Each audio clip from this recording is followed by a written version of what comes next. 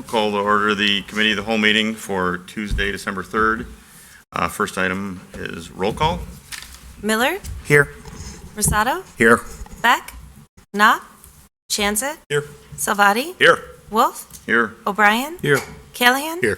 Meitzler, Here. Malay, Here. Ewer, Here. Cerrone, and McFadden. Here. Okay. Next up would be a reminder to please speak into the microphone for the BATV recording. And it is recording tonight. Last night we did have a little issue. Something happened with the YouTube broadcast, and so we didn't get out. YouTube's. And our audio in the beginning of the meeting, so we reset our audio. Oh, yeah, that also happened as well, but we only got 32 minutes of the meeting recorded. So. That's all we have for last night. Next up will be approve the minutes for November 12th and November 5th of 2019. Anybody have any comments? Anybody want to make a motion? So moved. Motion by Salvati, second by Ewer. All in favor? Aye. Opposed? Motion carries. Next will be items to be removed, added, or changed. The only thing I know we want to do is we want to take number 13 and move it up to 6A. So that way you guys don't have to be here all night to listen to us talk about Prairie Street. Except Jamie, she has to stay. Yeah. It's pretty exciting. And Rob. No, just because we want you to stay. Okay.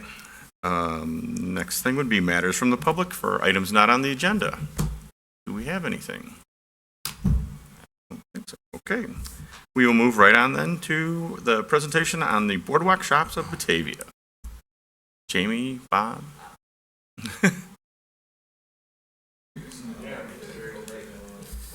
See, we gave you just enough time to get your jacket off. All right, so we've got a name, Boardwalk Shop. Microphone. Oh, sorry, microphone. Okay. It has to get on air. So we've got a name from Muskegon Chalets to Batavia Boardwalk, and seems like our committee agrees with that. The concept seems to be pretty well with the boardwalk design. We're going to show a little presentation here that Jamie put together, and I want to thank Laura and staff for putting in several hours so far over the last 4 or 5 months. We did take a trip to Muskegon, as most of you know, back in June. Marty and who else was there? Jeff, Laura, Anthony, Rob, Anthony. Chris. Yeah, it was a nice crew. So we learned a lot going up there, and bringing the idea back to town here, I think, is it's going to be a win-win situation. So moving forward here. As I just mentioned, the shop idea came from Marty. We've made the trip to Muskegon, learned a few things. Rob actually himself walked around, talked to many of the owners of the buildings and the tenants, I mean. He got some input from them on the pros and cons of it all. And then, where are we at here?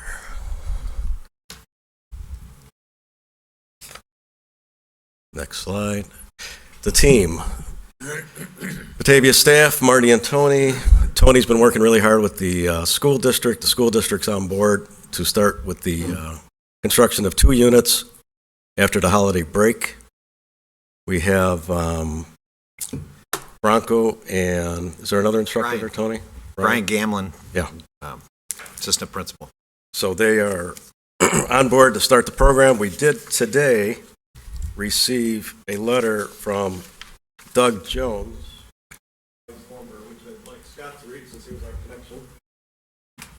Pleasure. This is from Doug Jones at Heinz Supply. It says, thank you for the opportunity to partner with the City of Batavia on this project. We've been working with our manufacturing partners to donate building materials for this project. Today, we have commitments from the following vendors. Anderson Windows will provide a significant discount on all windows. James Hardy will provide all siding and exterior trim required for the initial project. Boise Cascade, they'll provide 4x6 VL posts and Simpson post supports. Linden Doors, they're to be determined, but they're looking for an in-kind donation. As far as that goes, Certainty Roofing will provide all roofing materials for the initial project. So not committed, but we'll donate something, is Pass Load with all nails and fasteners, Metri for interior trim boards, Schlag and Quickset locks for the door hardware. And this will also give High End Supply an awesome opportunity to work with the Batavia High School Building Trades Department. I'm meeting with Bronco Meeks on Wednesday, December 5th to discuss working with the high school students on a career in home building for this exciting project. Sincerely, Doug Jones, Presidents.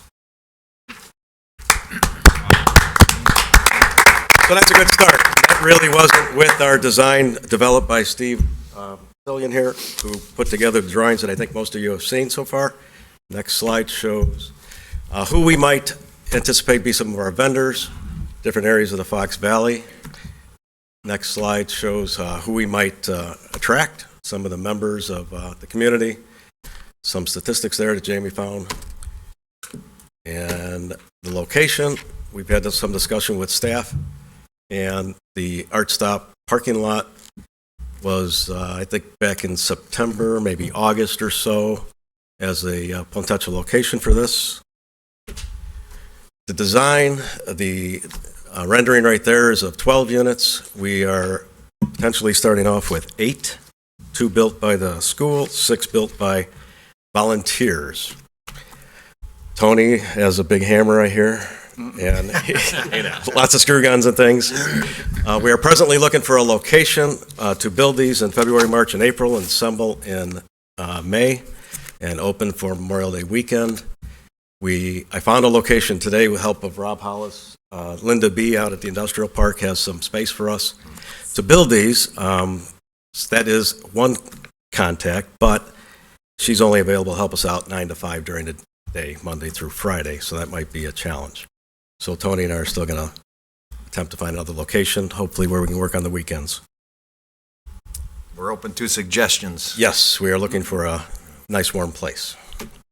The design that Steve put together here is a modular design. It will be constructed, like I mentioned, off-site. The walls will be built, the deck will be built, we will stack them, we will transport them down to the location, assemble them, put the roof on, and once the roof is on, I have another letter here that maybe I'll let Marty read. It's from Clem Davis and Company, Mr. Hanson. Clem Davis Company, Inc. is a local family-owned company that has completed countless exterior remodeling projects over the years in the western suburbs. We hold an unlimited roofer contract license with the state of Illinois, and we are a licensed contractor in the city of Batavia. We are excited about the Batavia Boardwalk Shop project. We believe that this will provide small businesses a place to grow, and at the same time will foster teamwork within the community. Further, we are excited that this will also provide students interested in the building trades a true hands-on experience. Clem Davis Company will be honored to participate in this project by providing the labor necessary to install the roofs and the siding on the buildings. We are happy to work with the team on the design and the materials choices. Thank you for the opportunity to work on this project. We are excited to get building. Respectfully, Jay Rooney, partner. Great job. So there's 2. Yep. So that's a great outfit there. They've done a lot of work in the area, as they mentioned in there. Chris Rooney is part of the ownership of that company. I believe he's on the chamber board, correct? Okay. Partnership with Batavia High School, very important here. The idea came up back in August or so where we get the high school kids involved, not with just the building trades, but the architecture side. Steve offered to spend some time with the students come January and February in designing the remaining 6 sheds. Our proposal is that all 6 sheds have the same structure, 12 foot by 12 foot. The roof designs would be the only difference, and maybe a little window variation, things like that, maybe a little door location or something. We're open to ideas on that, and that's where Steve's going to be working with the students and get that rolling. So that's where Batavia High School comes involved. Holly is here tonight with being our contact. Thank you, Holly. Volunteer. We are going to need a lot of help to do this.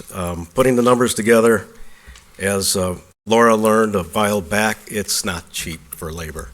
So building this with volunteer force will, in my mind, make it work financially, hopefully, given the rest of the numbers coming up. So here they are. Cost of the buildings, approximately $8,000 per unit. $6,000 for the boardwalk material itself. The Art Stop site prep is the big question. We are in a little bit of a situation, not little, it's rather huge. The location's not flat. It slopes down to the south. We have some ADA requirements there that we have to meet. So working with staff, they informed us, Steve and John Green is on board now, who's helping us work through that process.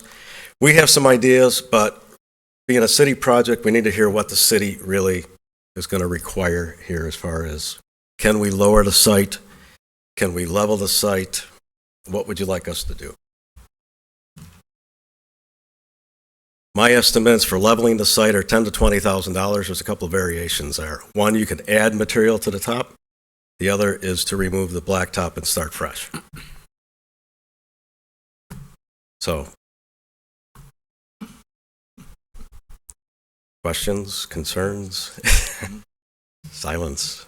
I guess the question I would have is, are there other sites, say, the other end of the River Street blocks, at the other parking lot that we have that are more of a level place, same square footage, would be the north end, basically right across the river from us?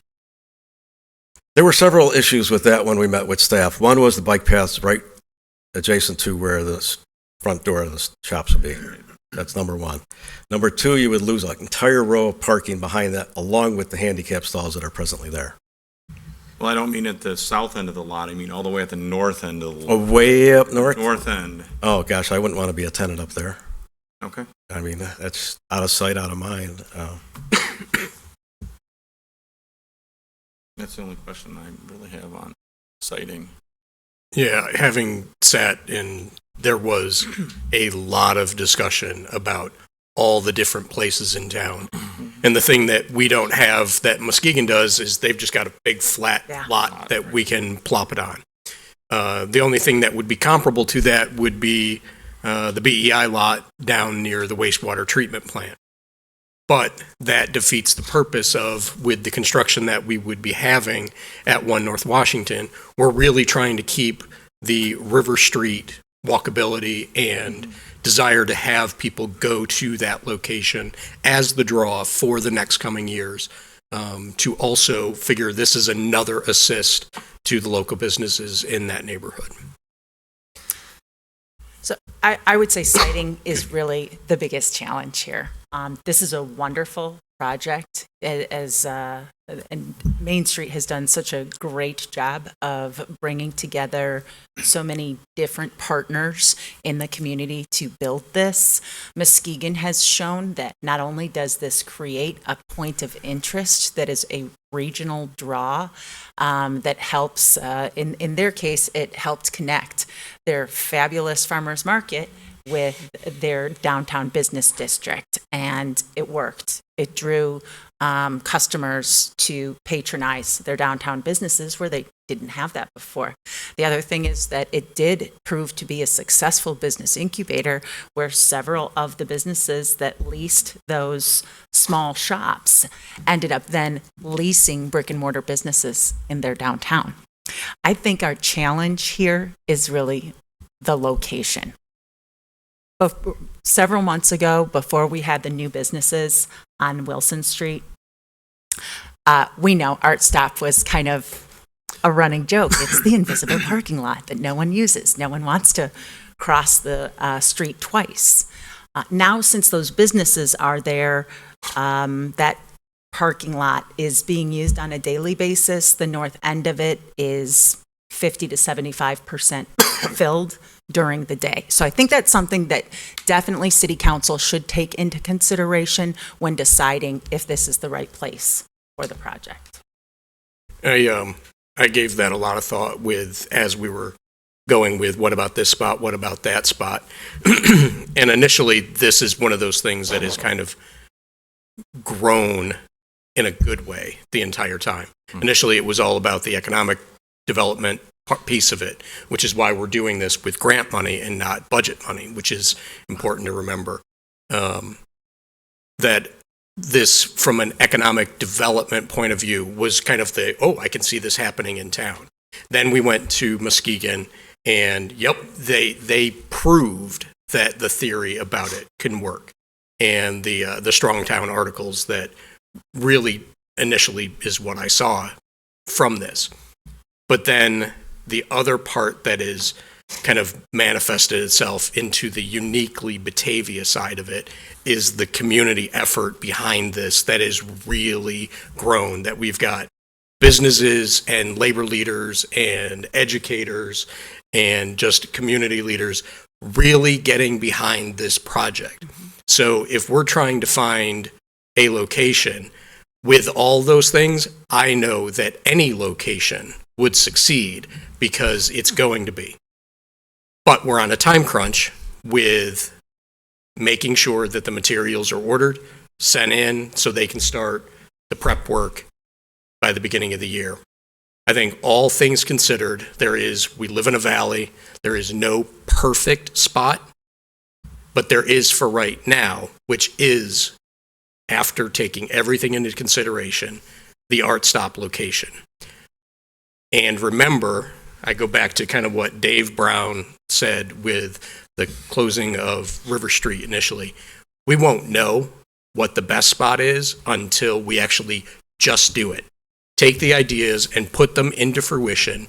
The goal with River Street, it was an idea, it started, and it's got to be pushed through. If it doesn't work, these are mobile buildings that can be moved. And we're not out anything. We still own the buildings, we still own the parking lot, and probably after it, we would have a more level parking lot than we currently do. I think when I look at that location, I'm willing to do what we need to do to make it work, because right now there's a handful of empty storefronts on Wilson, the bank, and there's a couple others mixed in along Wilson that it's like you have this here and it starts to drive people coming in there, drives excitement that either some of this here moves in there or somebody just sees, oh wait, this is the place to be, that's where I want my shop. Then, to Marty's point, they're mobile. Let's say North River Street starts to develop a little bit more, and we're like, okay, now there's a building going here, and this is dynamic over here, so now let's move them to somewhere else to start kind of moving around incubator spaces to start driving more ideas from developers that want to do things and take advantage of that. So I think we need to do what we need to do to make it work there. I guess I was kind of going the same direction Mark is that when I was first thinking of these, I obviously I think we all kind of naturally thought of North River Street. You know, that just seems to be where the de facto is to go to. But this kind of seems like one of those cool creative opportunities to maybe start branching beyond what is North River Street and even start to make a bigger footprint in the rest of town. And to Mark's point there, I mean, if we start to get some traction here on the south end of River Street, Wilson intersection, as that may be laid out, we might see some exciting things come our way to those couple of buildings on the corner. But again, it even just starts to open up the conversation of you don't have to be on North River Street to be successful. So, Tony. yeah, I totally agree. When this project first started. We first started talking about it, and North River Street was kind of the obvious place, and I thought, wow, that'd be really a nice addition to that. And then the issues that came up with that, and Art Stop was brought up, and I just thought, wow, what better place to create visibility and bring attention to this project? Because if we tuck it away somewhere, we're missing an opportunity. I think it's a matter of location, location, location. People that come through this town are going to see it there. If we have it elsewhere off of the main drag, people might not see it. It would have to be, people would be going there because it was a destination rather than driving by, hey, what's that? Hey, let's go check out what's happening there in Batavia. I think it's, there is some issues that have to be addressed. I think we're in a position, we do have this grant money. This is ideal use of that grant money. It's an investment. I think we will see great returns on it, but I want to make sure we position ourselves to get the best possible returns on it. And that's why I think, and also with the contributions and the donations that we're starting to see, can free up some funds to be able to invest and take care of some of the issues that exist there to make it the ideal spot. I'm fully in support of Art Stop.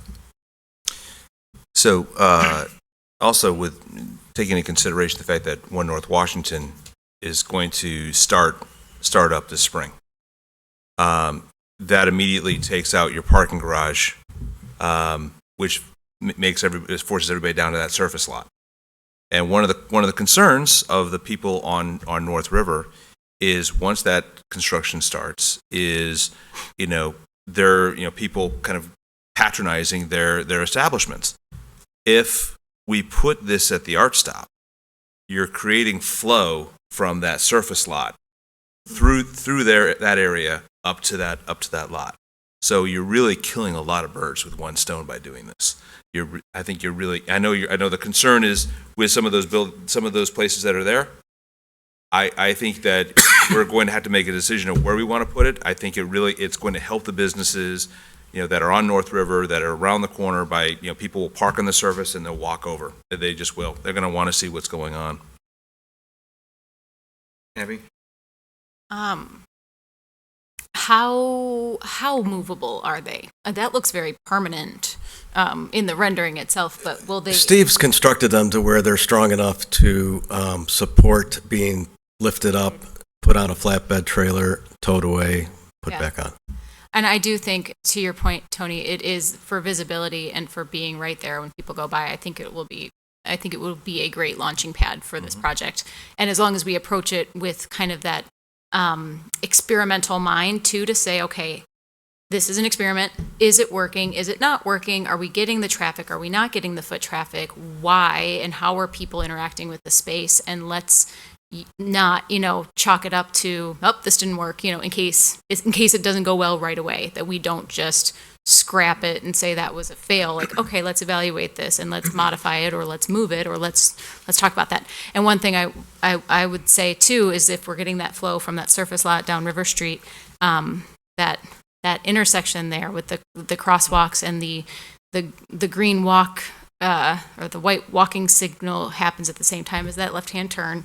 And I know it's 25, so we probably don't have a lot of control over the signalization, but being able to get a pedestrian only, so when there is somebody pressing the pedestrian button, that they get the walk while everybody else is at red, so that it's very easy and feels very comfortable. I would not want whatever is keeping people from parking at Art Stop to be the reason why people don't go to these shops.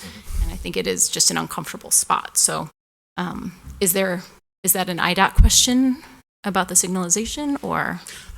We certainly could invite IDOT to have a conversation with us about the signalization at the intersection.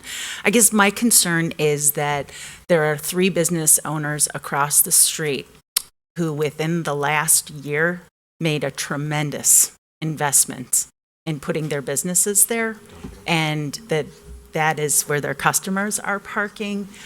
I would hate for this to be a detriment to their business. And I know that one of the things that it could do is attract patrons to their business, because people are shopping at the shops and then they get hungry and see another fabulous shop across the street. And so it generates people to go and walk over there. And I hope that that's what happens. And I hope that they don't see the city build something across the street and say, wow, they just took away my customer parking, and feel like that is a negative step that we've taken toward their business investment. And how many parking spots will be left after? 1, 2, 3, 4, 5, 6, 7, 8, 9, 10, 11, 12, 13, 14, 15 spots over there? Out of 41 that previously existed. And we're at maybe 50% occupancy at this point on a daily basis on that parking lot? That's fair. I feel comfortable with it. Okay. I mean, especially parking here and getting to walk through the shops to go to Bocaditos sounds like a much lovelier walk too. Well, that's on top of signalization. I'd really like to press IDOT on a another crosswalk crosswalk. there. Crosswalk. We talked about it. I don't know if we've reached out to them at all, but that would I mean, that's a key for both sides of this, to make this work, that, oh, I want to go over there. Oh, wait, I have to cross the street 3 times to get over there? No, I don't want to go over there. I'm going to go back to my car that's parked on North River Street. You need to be able to do something. And that may require us to give up a parking space on Wilson Street to be able to dead end that crosswalk into. But I agree with you. I think that's something that we have to come to terms with and try to either make happen here or force IDOT to let us do that. Because that is a big thing to me. If that's true and we're going to force people to use the route now that they don't want to use the parking lot, that's going to be a whole nother thing we're going to have to sell. Sorry, go ahead. No, I was just going to say, as we're kind of hearing and we're talking about this, what we're really trying to stop is the siloization of our downtown, where we're not even thinking about the bank on the corner that's going up for a business. They have a huge lot that is completely underutilized right now with city parking. And having worked in, work in the city, how much further do I have to walk to go eat? We are talking the perceived convenience of door parking is what we're trying to allow is our downtown. There is nowhere in our downtown that you couldn't walk in 5 minutes and be at. And I think that's ultimately what we really need to start driving is come out and don't just go out of your car to this business, get back into your car and drive away. No, walk past 6, 7, 8 shops and go and start going into them and support not just the ones that are across the street from it, but the ones that are kitty corner on the southwest corner, on the northeast corner, and make it a true walking downtown is the way they all need to partner together to work together and build all their customer bases up. Yeah, that lot there to the south of over by Andres and the bike shop. I mean, that's kind of what I was thinking, is that this is an opportunity for us to really, we say we want to be a walkable, that we want to champion the walkability. That's very walkable. That's not even a full block. And certainly if we're putting these boardwalk huts here, then I mean, if anything, that's probably going to change significantly the flow of the pedestrian traffic through downtown. And if that's not something for IDOT to take a note of and, consider with how we have the north-south crossing of Wilson, I would say both that where 25 hits to River Street, but also probably even further over to the east where there's no north-south cross. Because once more North Washington is there, you're probably also going to change the dynamic of that intersection, that T intersection. So you got two very big pedestrian enhancing projects right there on that intersection for IDOT to consider. Anybody else? Yeah, I would like, I'm sorry, I apologize, I was late, I had some stuff I had to get involved with. I mean, I really commend Main Street, I think this is a great idea as far as trying to integrate these shops in here. I mean, I think that it's probably the way to go, I salute it. But I gotta tell you, I have some real concerns about doing it at this location at this point in time. I was told today that the Shodine project is probably going forward, so we're going to tear apart that whole rest of that block right across the street. We're going to be tearing out the parking garage. We're probably going to lose some street parking as part of it. And we have 3 new businesses that have opened up right across the street from this location, who I think are highly dependent right now on people being able to park within a block of themselves to get in there. And I don't know what kind of message the city and Main Street are sending to new businesses moving into town when we say, well, we're going to take away the parking that's available to you. I mean, maybe a year or two after Shodine is built, this could be an ideal location to do this. But I don't think, my personal opinion is, I don't think this is the right moment to put this project at that location. I guess one of the things that I thought about a lot, and the traffic patterns are one of them, both pedestrian and vehicular, where you're going to park. And I think of the times that I visited the new businesses that are there and where I parked to get to them. And it's all dependent on what time of day it is and do I want to have to go across Wilson Street or stand there for 5 minutes waiting for traffic to clear so I can get through there. It's actually probably easier to walk back to the crosswalk, walk across there, the one at the mid block and go through there and get somebody to let you through than it is to try to cross directly across at the intersection at 25. I guess I'd like to see what the numbers are for what it's going to cost to do this in the parking lot, because we have two pieces of property, again, within a block of this, that if it's half the amount of money to go in there and reconfigure one of those that's not a parking lot today to use for this, I'd be much more readily to back something that we're using a piece of property that's not going to take away parking that we have, that we're going to so desperately need during the time that when North Washington's under construction. Even if it's only half used now, it's going to be fully utilized when that happens. Well, for the last 2 weeks, since I was informed that this may be coming to you, I drive by it, this site probably 6, 7 times a day, going home, coming down, whatever I'm doing. And I've stopped on a number of occasions now and counted how many cars what is the average in here? And it seems to be that about 10 is the minimum it generally seems to be, and I've seen it as high as 23, 24. And so there are people utilizing this. I think it was a parking lot that didn't get much notice for a while, and it was kind of like a dead space there, but now suddenly with, what's happening across the street, I think there's suddenly a lot of people have found it, which is a good thing. And I would argue that once Shodine is built, this could be an ideal thing, because when we'll have a parking garage and we'll have some of the street parking back and some other things may happen. But at this particular moment, I'm not sure what message the city of Batavia and Main Street is sending to brand-new businesses in town, or saying to them, well, you're here, we really appreciate it, but we're going to remove all this parking that's really in close proximity to you. Well, I not to be argumentative, but there is, what's the price tag that we're going to put on the businesses that have been here, right? And I get that they're new, and that's important. We want to support them, but going back to the point someone else made, it's a 3-minute walk from the surface lot. It's not that far. If you go to 3rd Street in Geneva, you're going to walk. This is not a huge thing, not in my opinion. If we're going to go to Bocadito's, or if you're going to go to Oak and Swine, I'm perfectly willing to park down on that surface lot and walk over. And I have. That fire lane's probably going to be taken out as well. So, during that construction.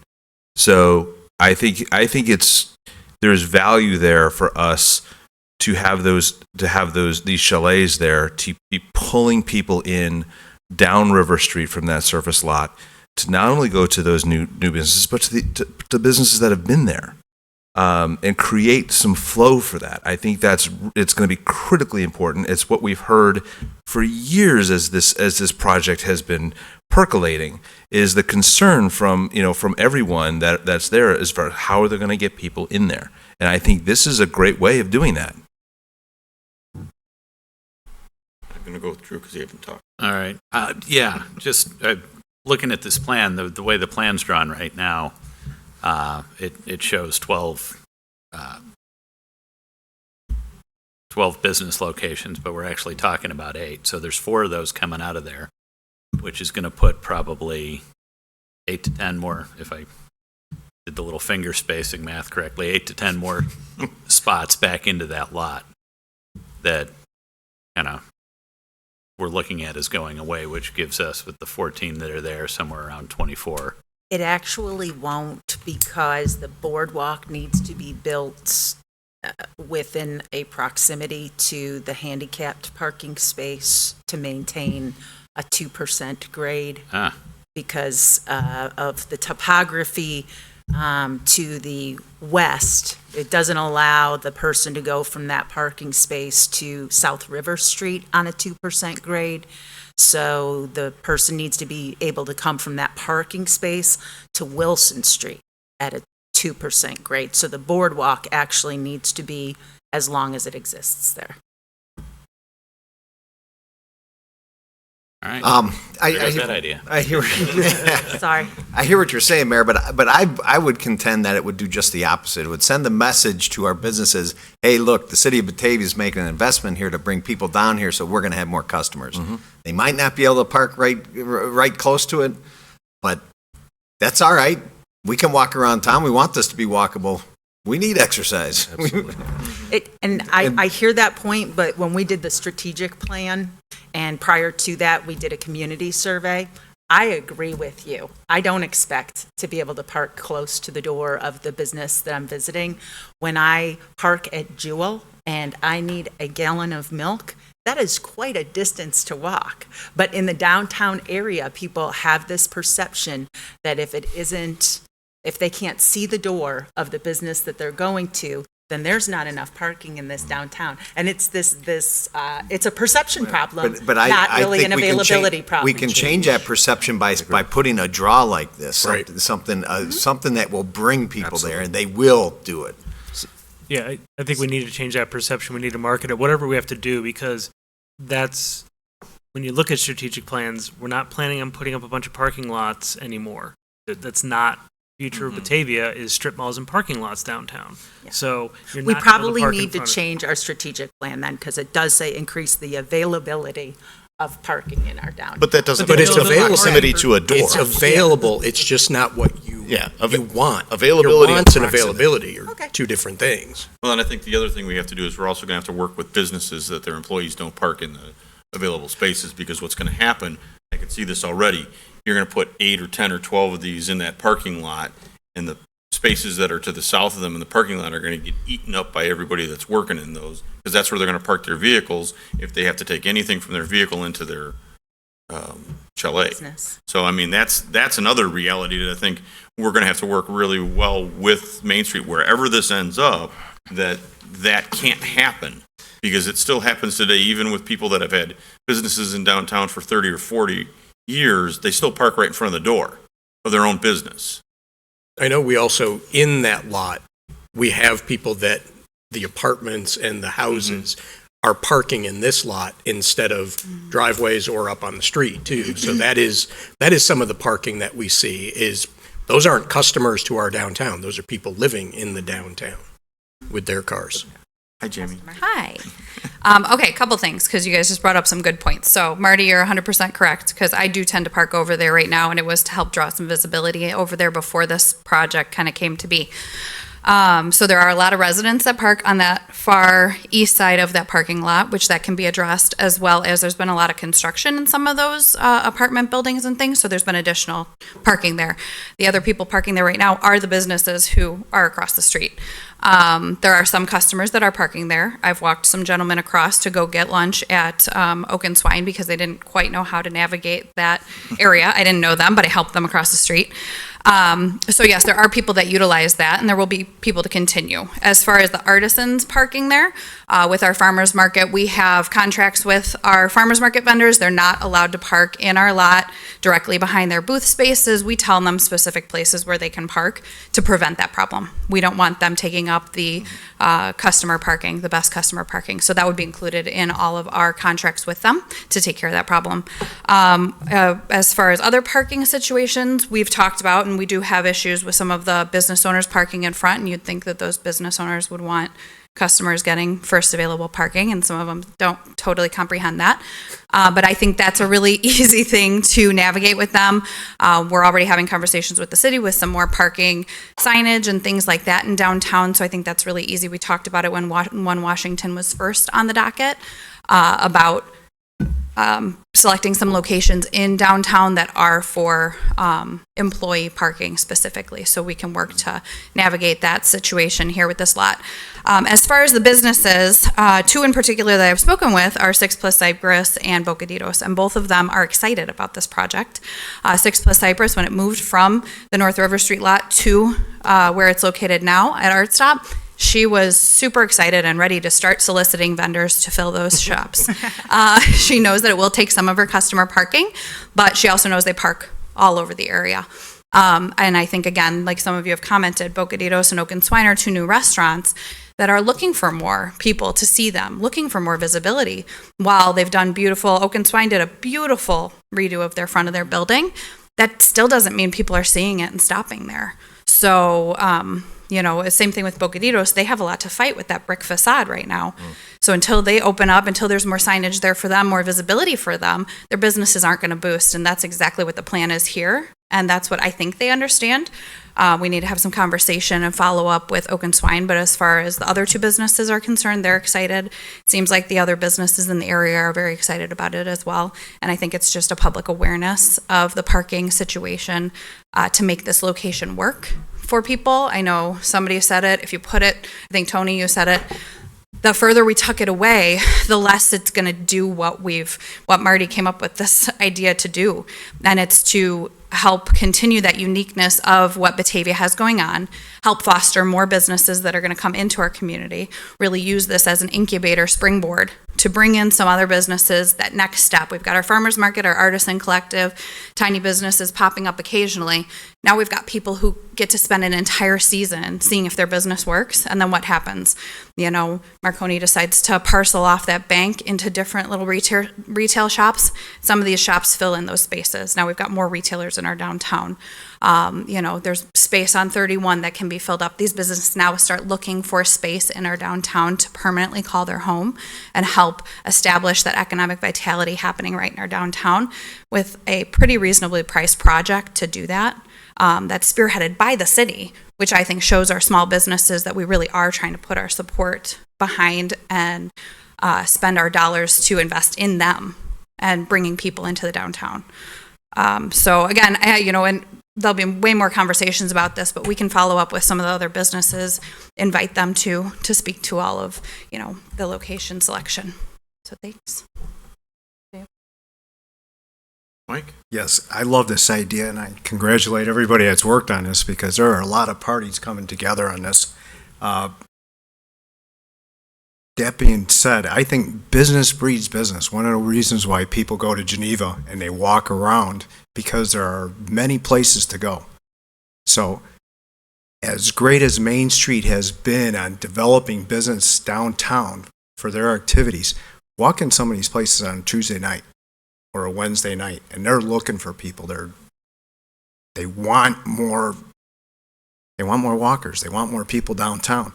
This is one way to bring more people downtown, and with One North Washington Place coming, this is a win-win situation. Citizen Brown. Ellen, thank you. For the record, Dave Brown. That's your address. And boy, does this bring back memories. I don't know where to start because everything's been said, but I think we can all agree that the concept, the idea, is a great concept, great idea. It's going to bring people to the downtown. It will help the businesses that are currently downtown, and it will foster new businesses. I think we could probably all agree that we hate to lose parking spaces. I certainly, first let me jump back a little bit because as I have a little bit of memory lapse here, I can still remember that when Marty came to me with this idea, year and a half ago, probably? Not even. It's the spring. Okay. He told me about it. He'd heard about it in Muskegon, Michigan, and I said, that's a great idea. And I was really kind of just blowing smoke up Marty, but because I really didn't think it was too awful great of an idea. But I said, you know what, you ought to run with it because it could work. And he did. He ran with it, and he talked with staff on it, and the concept started to get some feet underneath of it. And then it kind of turned into where, well, if we do this, who would manage it? Well, who's the likely candidate? The likely candidate was Main Street. They should manage it. Now, all of a sudden, it's turned into from Main Street managing it to Main Street making it happen. It was going to be a city project, I think was what your thought was, and it's now become a Main Street project. So I really got to commend, my name was up there earlier, and I'm this big of a part of what's been going on, but I got to really commend Main Street, Bob Hanson, Rob Hollis, Jamie, everybody there for what they've been doing, and the aldermen that have helped out also. Steve was recruited. He's done a phenomenal job. So what they've done to make this thing happen is just incredible. Parking, obviously, is a concern. And I have brought that up. I brought it up when Shodine was first talked about with Laura and others on the council and staff, that you do know that when Shodine gets under really good construction, there's going to be 150 to 200 vehicles from the 150 to 200 employees that are working on site to build this thing. You're going to have everybody from a carpenter to a tile setter to a painter to a plumber. They're all going to be there all at the same time. So it's going to be a logistical nightmare, no matter what you do. So parking is going to be premium. It's going to be very hard to handle. But in saying that, would you allow your construction workers to park on that lot when you're concerned about the businesses having a place to let their customers park? So that problem isn't going to go away. You're still going to have to account for that. Ideally, if you could wait until Shodine was built, this might be a better place to put it. But ideally, putting it there now before Shodine builds might help the existing businesses survive, which is what I have heard in working with Main Street over the last 6 months, that this is what they need to help the existing businesses. Jamie's done a phenomenal job. You just heard that she's talked to the existing businesses about what they need, what they want, what they would support. That's their charge. Their charge is to work with the businesses and help them survive and create new businesses downtown. So although I think, could there be a better project? Absolutely. There's never a perfect project, ever. As in the years I've sat here, there's always something better we could do, but you just can't get to that point. And at the end of the day, whatever you do always seems to work out just fine. It always does. I see this as a win-win for the existing businesses. I see this as a win-win for the future. Certainly, there's going to be some hiccups with it. But, the beautiful thing about it is, as I said before about something else, I forget what it was, if it doesn't work, you can pick them up and move them. So a season into this thing, if everybody, existing businesses are saying, oh my God, I'm dying, those things over there are killing me, you know what? You'll come back here, you talk about it again, you figure out where you're going to put this thing. I actually thought we should tear down that tin garage over on River Street and maybe cut a little bit out of that bank and make a nice little corral of them over there. But Main Street has decided that this is the best place to put it, with the help of staff working with where they could put these things. And I think it's a great idea, and that's why I'm standing here tonight, and that's why I've been working with them, because I think it's a great idea, and we should go through with it. You've got the grant money to work with, and they put an awful lot of time and effort into this. This isn't something that they've just said, well, let's plop it down here, and where else are we going to put it? We can't put it over on North River Street because it's too far away. They didn't just, say we can't do it. They thought about it. They worked with staff on it. And I think this is the best place, and I think it's the right time. Please let BATV have tape tonight so I can have this forever.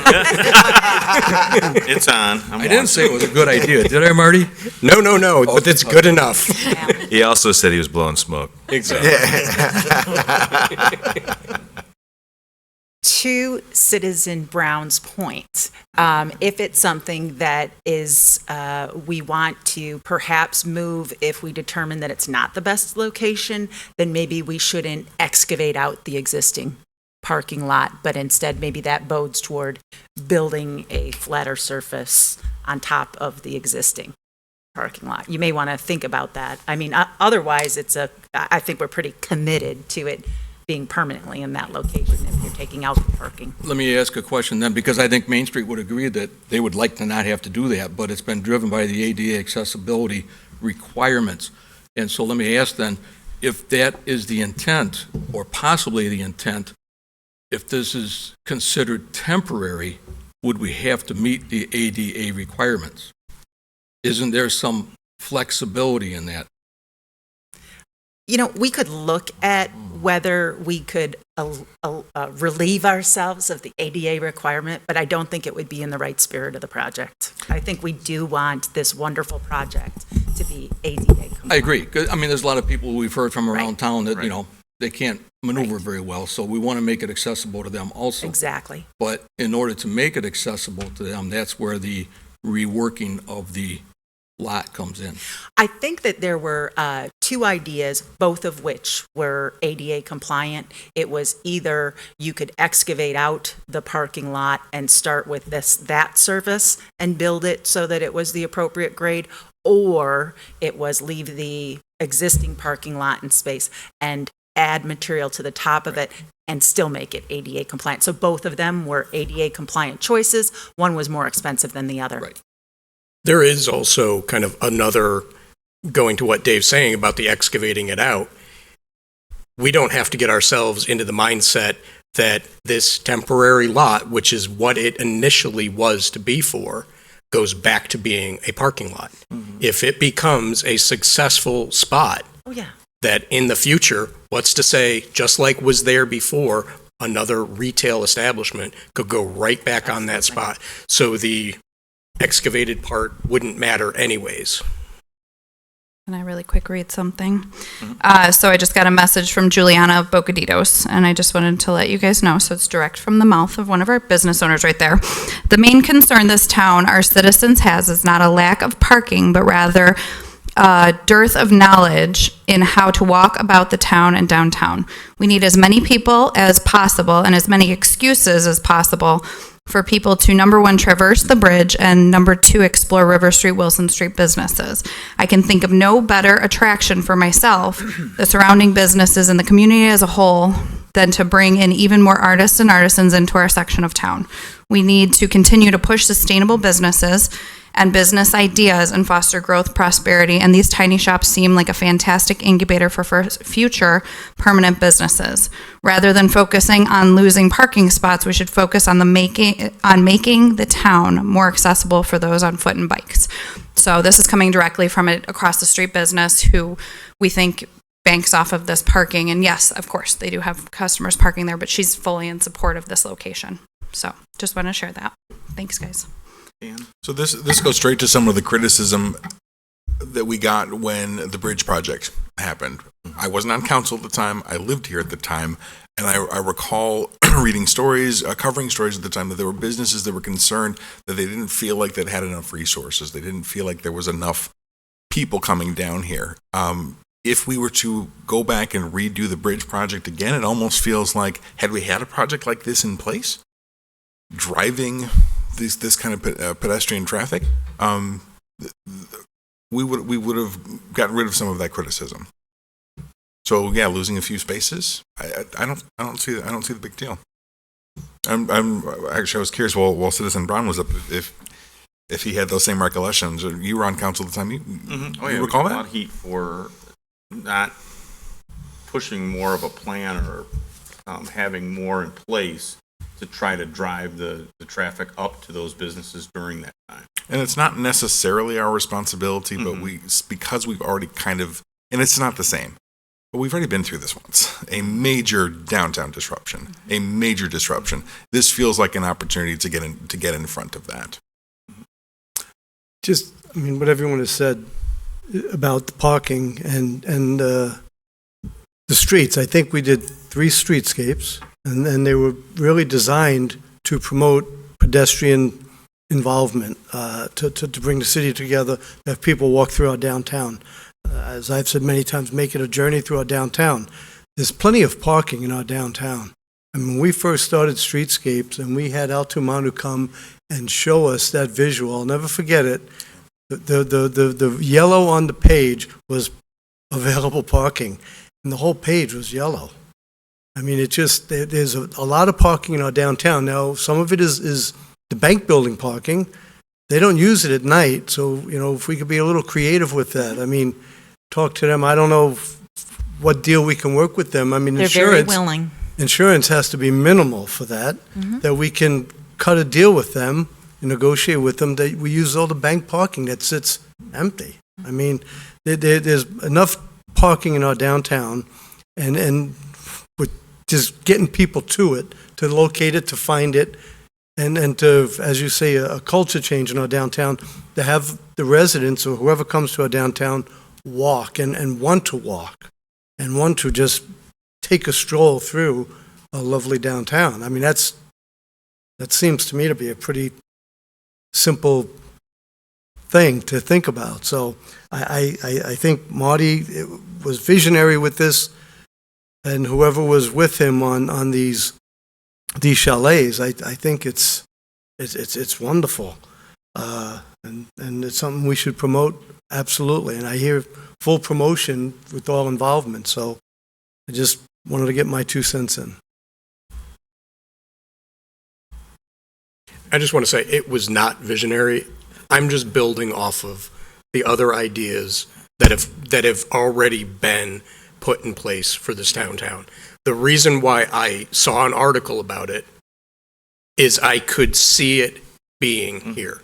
Without a doubt, I can see it being here. And we know that it works because we're not taking a concept and trying it out. We're trying something that has already been put in place.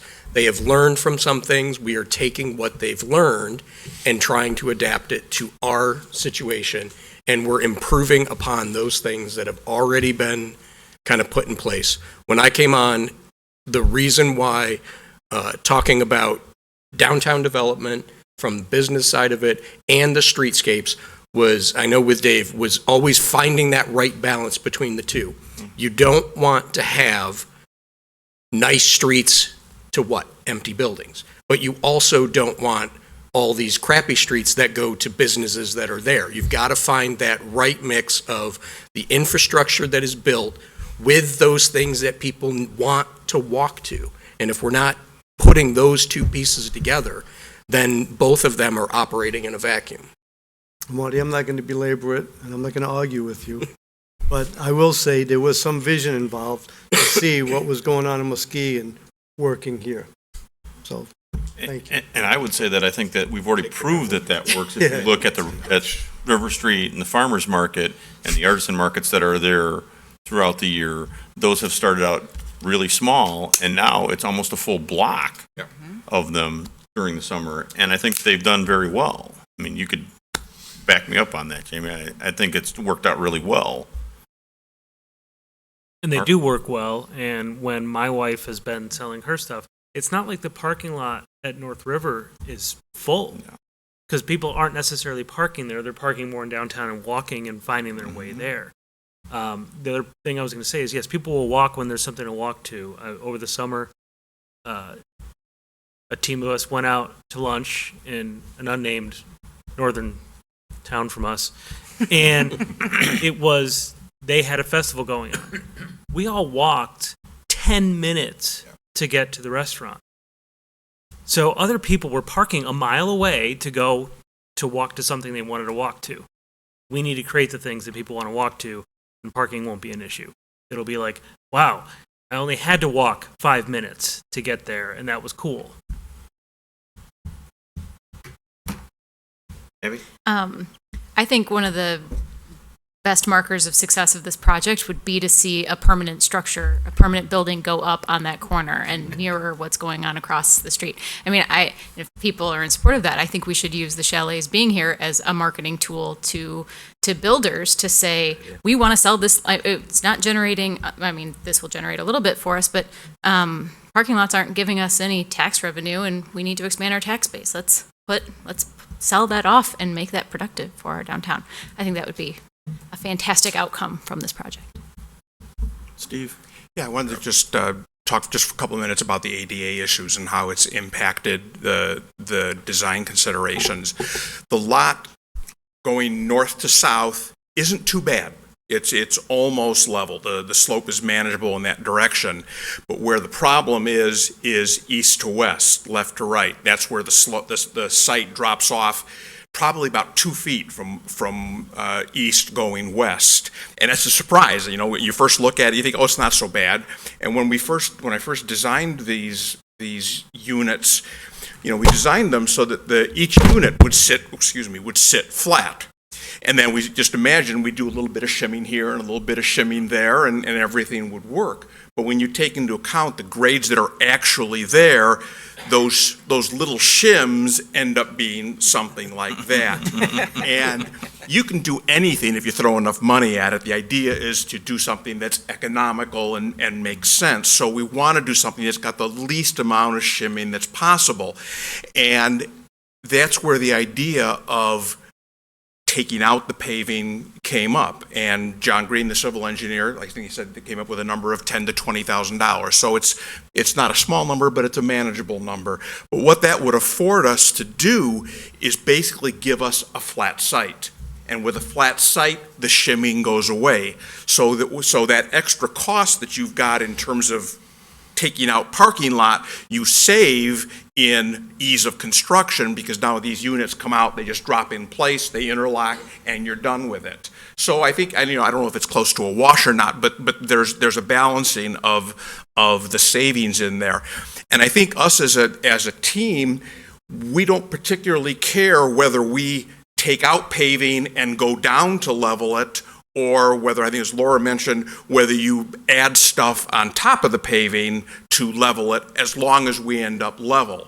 And so what we would hope would be that if you approve this site, and if you say, yes, leveling makes sense, that then we would work with engineering department to together decide which works better for the overall best of the site, going up or going down to get that level. And with that taken care of, with a level site, those extra 8 to 10 stalls that Drew mentioned would then come back into play because we wouldn't have that ADA issue. And then the last thing I wanted to say is how cool it is with those businesses getting on board with the donations. What you see here are all white. There's just one color for everything. I envision something where there's an entire color palette that comes into play so that this becomes very bright and very vibrant. And having the hardy board siding product available to us, that's a step up from the bare bones structure that we were worried that we'd have to come with. Well, hardy board comes with a great palette of colors that we could then work with and really kick this entire thing up to another level, thanks to the sponsors that we'd be having. Any questions? Yeah, I would just add, maybe it's not a matter of deciding whether you're going to take or add. It can be a combination of both. You take from one side and put it onto the other side. Yes, that's perfectly amenable too. Whichever way works out best. I guess the other question maybe to that point too is to think about this. I mean, if we're in fast forwarding 5 years, let's just say, right? And maybe we're assuming that One North Washington goes up, it gets populated, it's a success. Maybe we're assuming that these, boardwalk shops are going to be vibrant, successful. 5 years from now, though, are we looking to keep these in the same location either way? Or are we looking to relocate them? And if we're looking to relocate them, do we want to keep that corner as a parking lot? Sell it. Or make it ready for development? Right. See, and that's the other thing that I think is that, again, I don't think the city needs to be a landlord for everything that we own forever. And there is much better uses of property, especially the stuff we own downtown, right, that is currently parking lots, to be something else. Right. So, I mean, for a street wall as well, too, building right up to that corner. Mm-hmm. Can I ask a question to Steve? Sure. I'm sorry. Not to throw a wrench into anything, but when people say we're going to move these things, how do you propose to move them? I mean, if you're going to put them on a flatbed, do we, realize the cost of doing that? Well, I don't, as far as the cost, I can't speak to that, but I know that the conversations we've had with the building department, Jeff Albertson, had suggested that the floor frame that we utilize 4x4 timbers, which is overkill from a construction standpoint, but from an idea of hooking up, putting a hook on it and pull these onto a flatbed is entirely viable. So these things are not that heavy. So it'd be like skids? It'd be exactly like Okay. skids. Mhm. And so that As would opposed to work. picking them. That would work really well. Or big enough forklift. I think of ice sheds that I've seen moved in similar fashions Yeah. where they literally take them off of a flatbed semi or 12 by 12. They pick them up with a forklift and they set them down and then they drag them out onto the ice.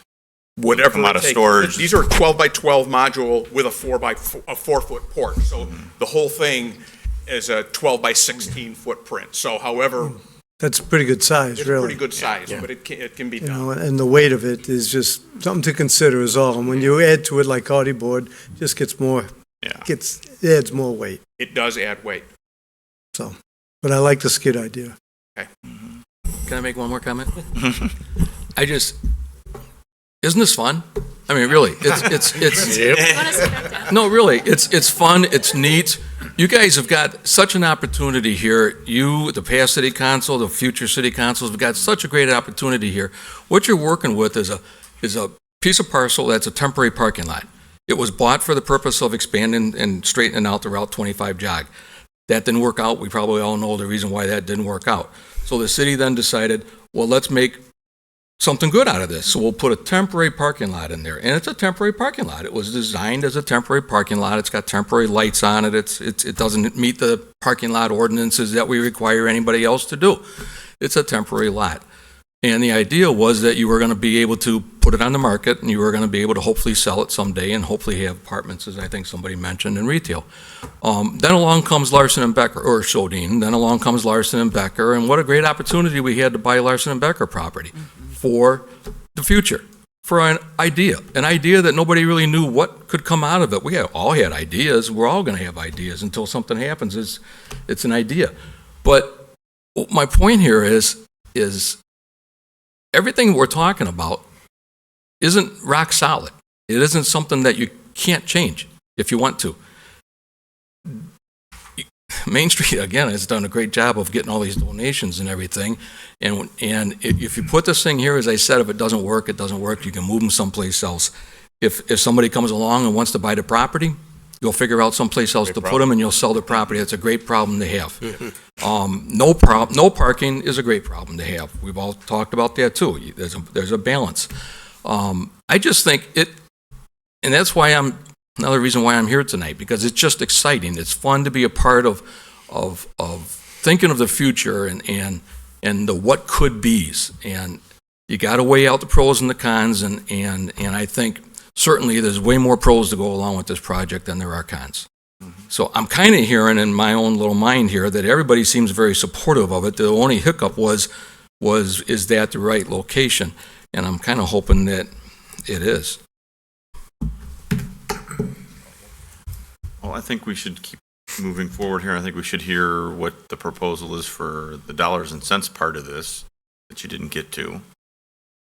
And then we should vote on it. There's the last slide. We have used the contract from Muskegon as a guideline of creating our own contract. It's very simple. There's not a lot to it. Our conversations last week with putting this together, we're thinking about $2,400 per unit for the summer is the number we came up with.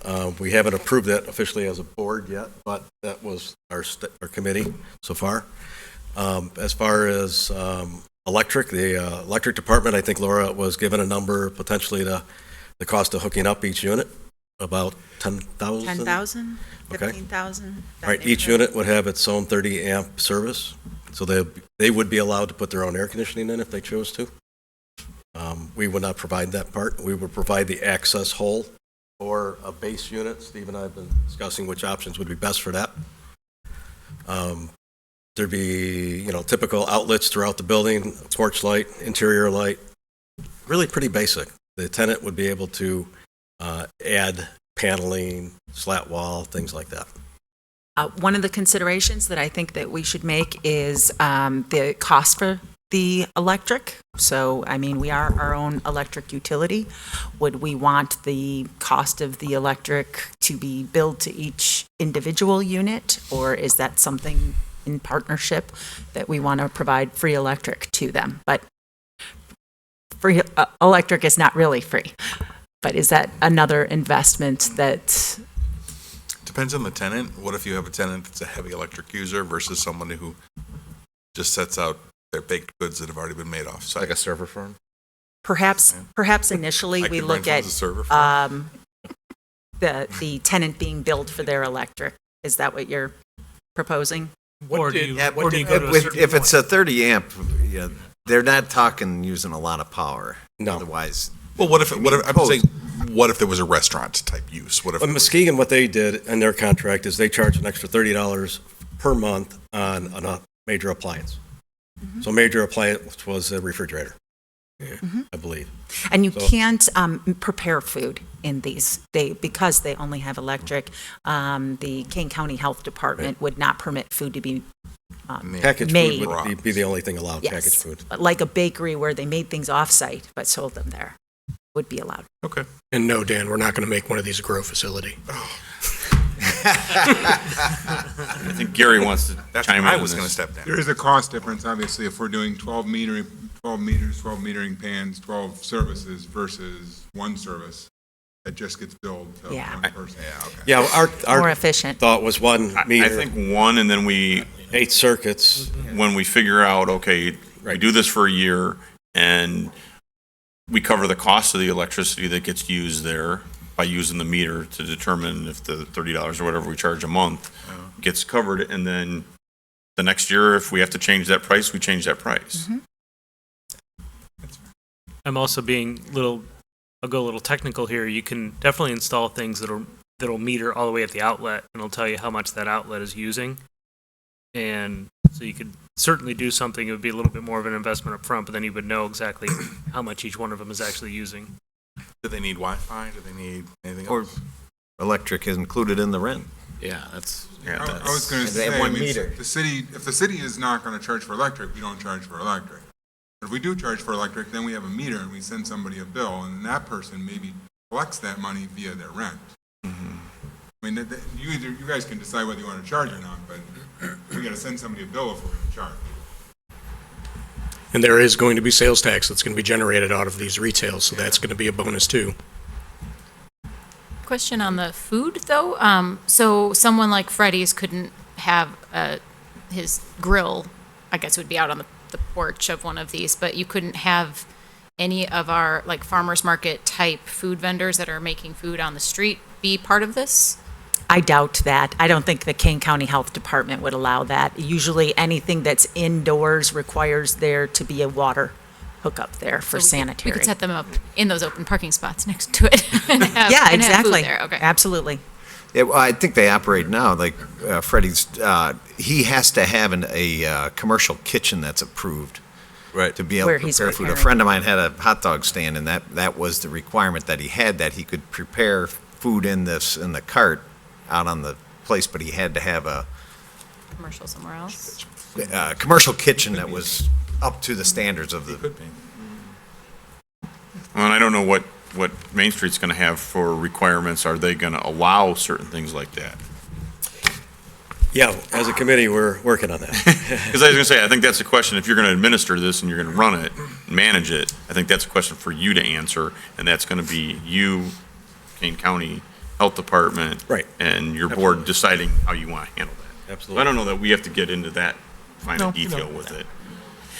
So perhaps summarizing the grant request from Main Street for the, to construct the chalets, to prepare the level site, and for the city to provide the utility hookup. If we look at initially building 8 chalets at $8,000 apiece, that's $64,000. The site prep, depending on whether the asphalt is taken out or left in place, there's a swing of $10,000 to $20,000 estimate for leveling of the site, and then the $10,000 to $15,000 expense for the utility, bringing the utilities to each one of those. And so that's around $100,000 initially for the 8, and then another $32,000 if you take it from 8 chalets to 12 chalets. If I'm doing the math correctly, but the banker seems to be questioning my Well, yeah, I was going to math. say 8 chalets at 8,000 apiece. 64,000. 64,000. Site prep, call it 20. And then on the electric, 10 would be 80 on the low end. I thought that's 94, so that's 64, 94. 84, We're thinking 94 $10,000 to hook up each one? That's how much it is? altogether. Total. 8. Oh, jeez. All units. I don't hook up electric for a living. Okay. So 64, 20, and 10 Yeah, that's better. is 94, That's better. Okay. or 15 is 99. And I think we initially were thinking 65 to 80 out of that 150. You take into account what these business owners are going to be donating. That's 2 chalets that are off. Yeah. That's $15,000 right there, 16,000 subtract off, so we are still right in the middle of the wheelhouse of what we initially thought this was going to be. Aren't we over? I mean, the investment is 100,000, right? That we're going to be making. I thought the 8,000 is with the donated material, is it not? No. Well, at this point, yes. Nothing was guaranteed until a few hours ago with the letters that just came in. So when I made that presentation, it was $8,000 per unit according to the material cost estimates. Okay. So, So do in we any need to project, you know fine-tune there's what always the- going to be some unknowns, Mhm. especially with this type of project where, Steve's done a nice job in getting the design developed, and we've got material lists, but there's going to be some unknowns. Are we going to put a $50 lock in, or are we going to put a $150 lock in? Are we going to upgrade the lighting? Are we going to downscale the windows? What are we going to do here? So I'm really comfortable with the $8,000 to have a really sharp 8 buildings at that cost. I will gladly try and our hardest to get the more donations in, obviously, bring it under budget, but I think we're looking at 110 or so to get the entire project done. So we have an agreement with a blank on it. We put an amount not to exceed 110. If we need to revisit it, we revisit it. Right? Change request? Yeah. I was comfortable at 100, so I guess I can be comfortable at 110. So build the 10% contingency in there. Right. Okay. And I feel like, again, this goes back to when we got in with Water Street. That was, I think, $140,000 initial investment, and I think of all the things that have come out of Water Street over the time it's been there. And I think that was a really good investment for the city to put that money up for. I'm not 100% in agreement that I think this is the best place for it, but I think this is a great investment in downtown. And I think it generates so much in foot traffic, it generates so much in excitement, visibility, everything else that we want to do downtown, and it's also portable. I think it's not easily portable, but it is something we can move. I think as well, and Marty, you kind of touched on this as well. This is something that's going to generate revenue, tax revenue, sales tax revenue, which is one of the biggest things we're trying to stimulate. So, to And me, this support is businesses that are definitely going to need it on the east side of town. To me, this is an easy win. I'm fully in support. Let's do this. Let's do it at the art stop. Let's move forward.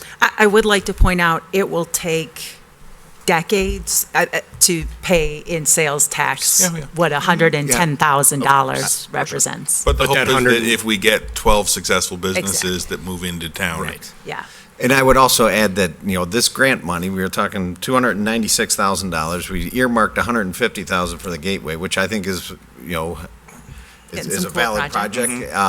But I can't think of a better way to spend some of this grant money, which intention was to boost economic development.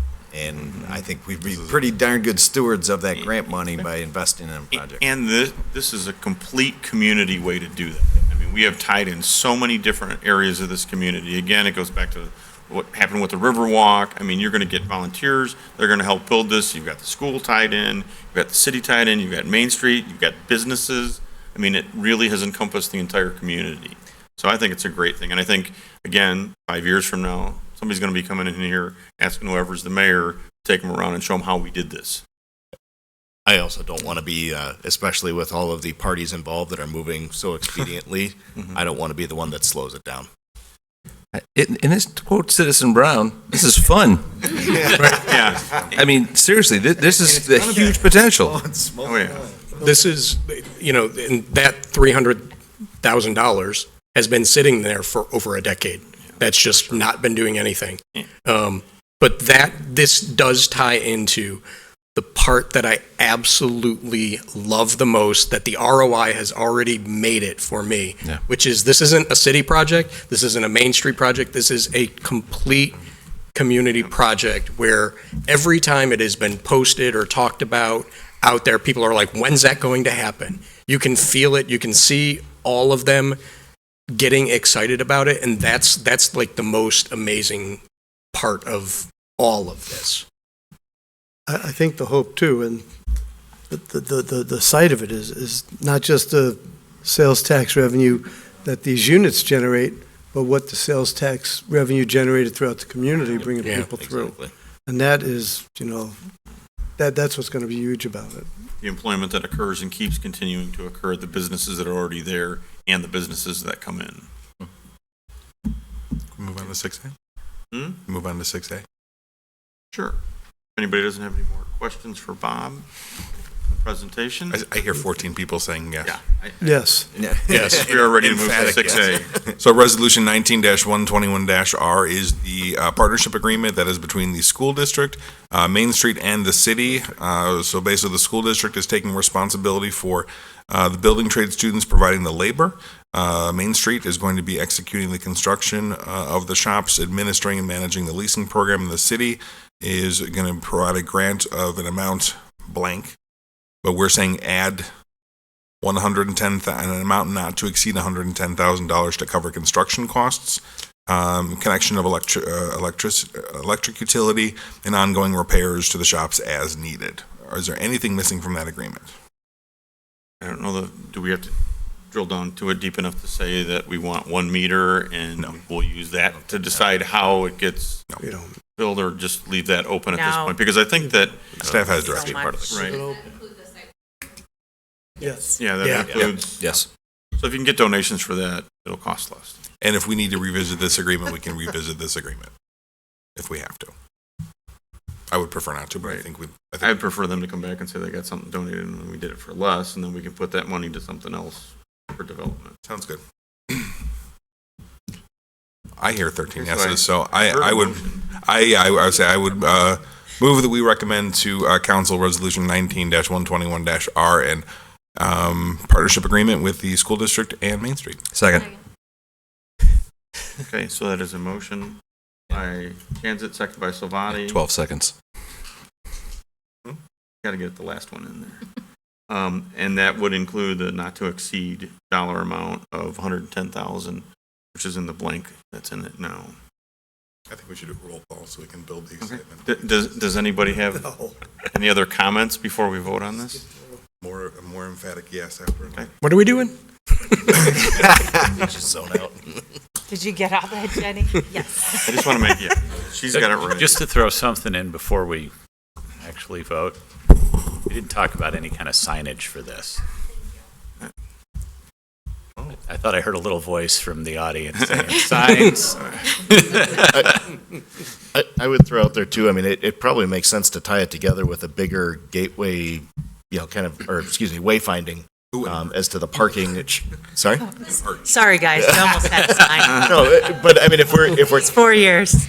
it's not just the signage of the boardwalk shops. It's also to make sure that, as we've been talking about the parking that's available too, to make sure that people know not only where these shops are, what these shops are, but also where to find the parking to go to these shops.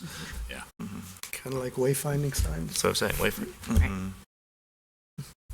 It's just waiting for the logo project. Oh, man, really? 4 years. Too soon. About 45 minutes too soon. Yeah, wait for another 45 minutes. I think we have a motion and a second. Can I get a roll call? Jansit, Aye. Salvati, Aye.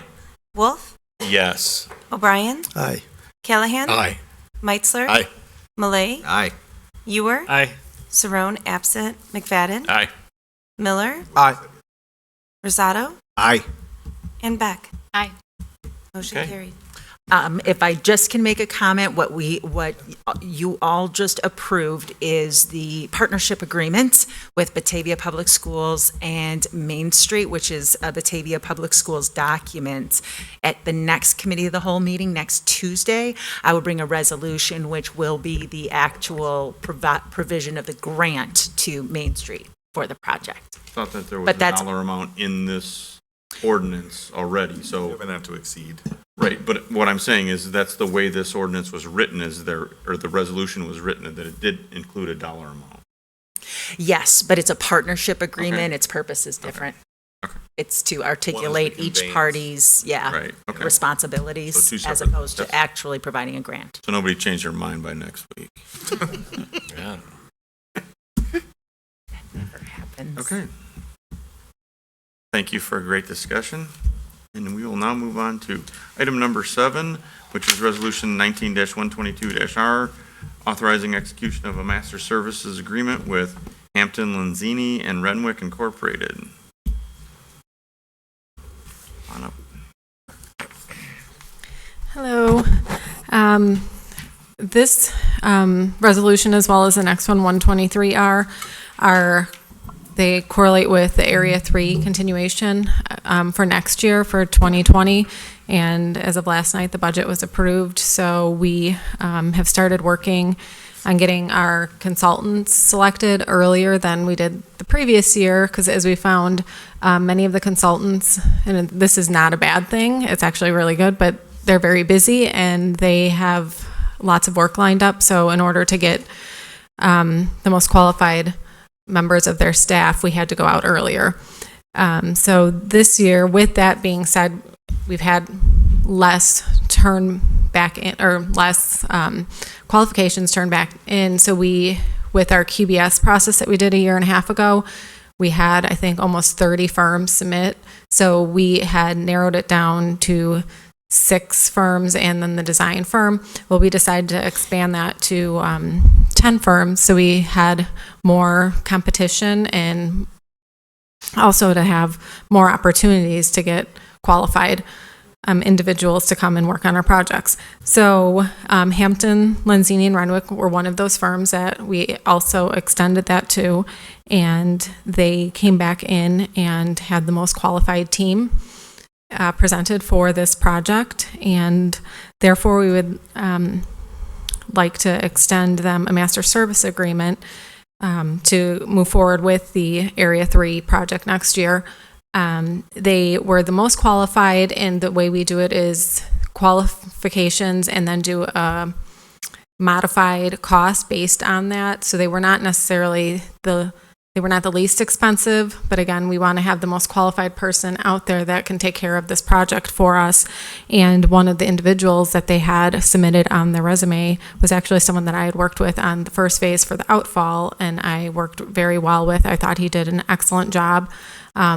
So that made me actually really excited to have an opportunity to work with this individual again. So I have nothing but confidence when going forward with this. And I know other people have worked with this firm as well, and they're well known in the area. So we're trying to get this kicked off as soon as we can. We are working on, well, I'll give you a status update. So this fall, we've had a little weather problems. So right before Thanksgiving, we were able to finally pave the streets that we were working on in Area 3, and those residents were absolutely amazing to work with. I don't think we got one complaint with the weather and the road conditions that they had been presented with. They had to be parked a block away or more for a good 3 weeks as we ripped out the curb, and then it snowed on us. And then we had to wait for weather conditions to get to the temperatures that we needed to be able to pour the curb and let it sit and then put the road in. So I can't applaud those residents any more than, they were courteous. They had a lot to deal with, and they did a wonderful job. Due to the fact that we started later in the construction season, there were 2 reasons. Our contractor came from Ward 1, and there were some delays with weather, but then also we had to wait for the IEPA loan, so we decided to cut the project short by removing Jackson and Jefferson from the project, from Blaine to Walnut, 2 blocks. So those will be started back up in the spring. We're having probably our final meeting tomorrow morning to discuss that project and get everything wrapped up. We're still waiting to do a little bit of the restoration on the north side of Blaine Street. We got most of the topsoil in and blanketed prior to Thanksgiving, and then it started raining, and you can't really work with mud very well, so we're waiting for some of that dirt to dry out and then get that back out there and blanketed before the snow falls. But everything streetwise is in great condition. They're cleaning out the storm sewer, and then in early spring we'll get back to working on those 2 blocks that are left. And then moving forward with phase 3, we are making some modifications to the plans to finalize those with WBK, who is still our design engineer. And as soon as those are completed, we have to submit them to the EPA for them to review those documents. and that could be a couple-week turnaround. And looking with the holidays, I'm expecting at least 3 weeks, if not more. And then once those are approved, we'll be able to go out to bid, and we're looking sometime January, if not February, with a month out on the street for the requirements of the EPA loan. And again, we're trying to push it a little bit earlier so we can have construction started May, June.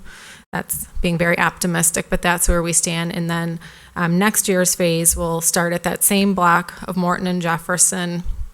And again, those residents having to deal with a lot. They've been great and very patient. We're going to continue down Morton past Harrison, not all the way to McKinley, and then go on Jackson in between Morton and Garfield, and then Garfield over to Harrison, and a portion of Harrison as well between Morton and Garfield. Morton, Jackson, and Garfield will all be reconstructed, and those curbs are overlaid or in very poor condition. So in the past, we've decided to put an alternate bid in, and we've been coming back to find that with the street conditions that they are in, or the curb condition, it's hard to actually work with those. Or this year, part of the curb started falling in.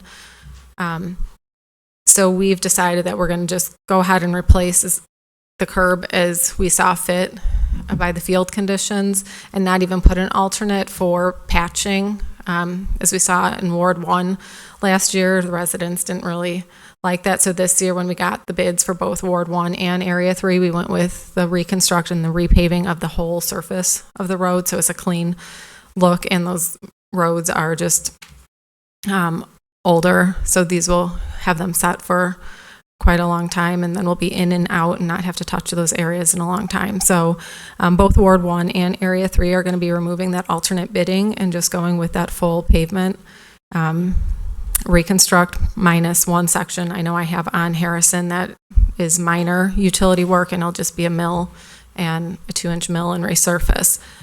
And we'll start doing neighborhood meetings again to let everybody know as soon as we have all the plans, everything ready out to bid, and those should probably be again in March, would be my guess at this point. But that being said, the MSA for Hampton, Zini, and Renwick, and that allows us to do any extras if we have, I don't foresee them, but it just makes it easier if we have to go back and have anything additional for any additional services. And they will be also completing all the loan application paperwork for us. And speaking of loans, we also are we're on the list for funding for the water main as well this phase. For this current year, we only had sanitary and storm water funding, but next year we'll have for all utilities being replaced. So we're looking forward to that as well. And this year, I think the loan rate is 1.85. Next year, it's 2% for the water main. But we're locked in for 1.85 on the sanitary. Okay, does anybody have any questions? I just have one comment. I've had virtually nothing but compliments the whole time, even people that couldn't get in and out of their driveways the entire time this was going on. And I've gone over and driven through it myself a few times just to see what the residents were having to go through. And I have to say, the communications that I've heard about with residents that have had issues or had questions or had a problem has been really great how they were handled and then resolved immediately. So I just want to say thank you. You guys did a really good job on a really dirty project. Yes, it was. And Tim actually lives right around the corner, so he's causing chaos in Ward 1 and not realizing really. And then he's like, "Oh my goodness, the trailer's right in front of his house," So we have great contractors. The RE was always on top of it out there and letting either myself or Jeremy know immediately if something happened, and we were able to try and coordinate that to have the least impact on them. Elliot? Just a clarifying question. I think it was just a typo in the agenda and memo. The task order is for $152,630 and 20 cents, correct? Yeah, let me see. I have. That's what the resolution at the end, or? Yes. Okay. It is. I just wanted to make sure, because I was seeing Yes. the two. I will different change amounts. the memo for the city council.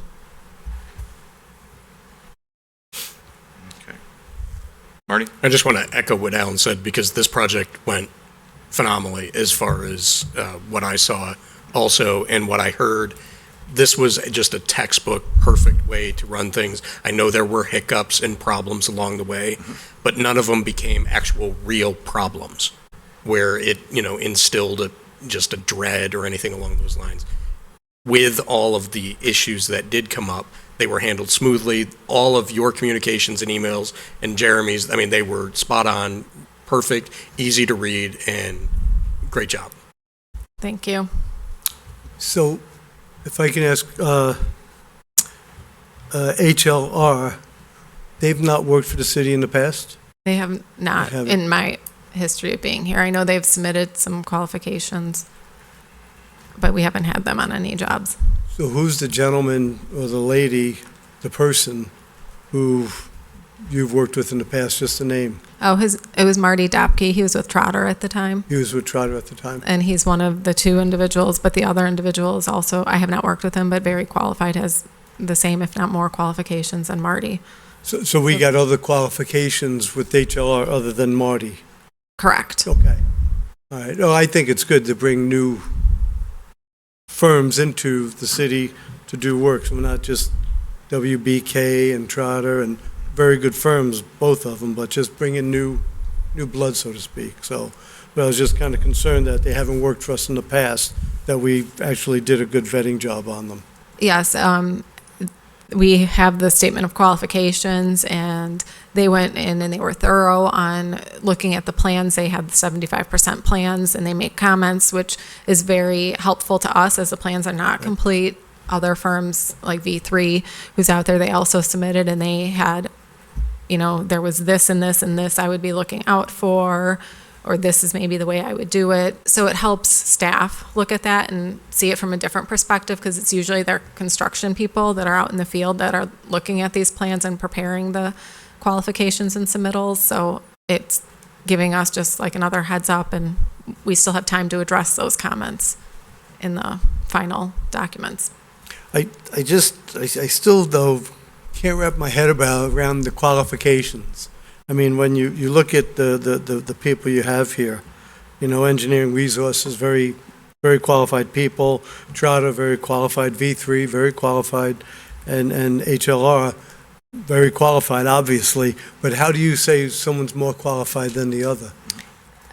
We ask for a list of I think it was 5 or 6 different things. Like one of the things was any experience on EPA loan applications. There were some people that just completely omitted that, and maybe they are really great, but they didn't put it in that document. And if you didn't work with them, you wouldn't know. Like one of them on this list has worked with us personally on loan applications, and they did not include that. So if I didn't know that, I kind of question why they wouldn't have emphasized that. So you're only able to evaluate it on the information that's provided. And another firm had used the same information. It said Ward 1 in the Area 3. And you're like, well, what were they really looking at? Which one? And it's kind of confusing. So you have to use your best judgment as well and go off of what you were presented. All right, so it's just basically who filled out the form more accurately. They give projects, specific projects. We ask for three project references that are similar in nature, and they're also trying to match it up with the people that they're presenting in their qualifications. Say person A, B, and C. Well, if only person B was on one of them, and then they had person D and F on some, you're like, well, you didn't present that staff person, so I don't rank that project as high. I know that the project manager is, but it's going to be the staff person out there. So, you look at all those different types of things. And then you also look at the years of experience that team that they've put together, the person that's going to be out in the field, comparative when you're looking at all of them. So that's how these rankings were. I mean, the team is a key component, Mike. Right, okay. you know, an engineering firm has experienced people and they have entry-level people. Well, they can't put their experienced people on every project. It just doesn't work that way. So they may be proposing this particular project to have more entry-level people. So it doesn't mean it's a bad firm. It just means that that firm's team for this project has less experience than maybe another firm put on. And that's what I wanted to hear Yeah. you saying. Right, I and just- so we ranked them a little bit heavier because we've known just doing this, if we have them all within 10 points of each other, we're doing it on a 100-point scale. Well, it's not really actually looking at the overall picture if somebody has 30 years experience with someone having 4 years of experience. So you kind of weight that and you make sure that your rankings reflect that as well. So just one last question, and I don't mean Sure. to give you a hard time with No. it, but you know, we started out with just the phase one was I believe Rempe Sharp, and then we went to WBK. How many engineering firms worked on Area 3, the project itself? So we had for the study, Rempe Sharp did that study, and then WBK has been with us the entire time doing all the phases of the plans, the outfall. Then last year doing the cemetery in the beginning of Morton Street. They're still involved, and we go back. We had some design issues. We've had them go out and look at those. WBK, or we had Trotter do the construction engineering, which is where Marty was for the outfall. Then we had WBK do last year. They had some staffing changes, so they did not submit for construction engineering this year. And we had V3, and now V3 submitted again, but we just chose HLR.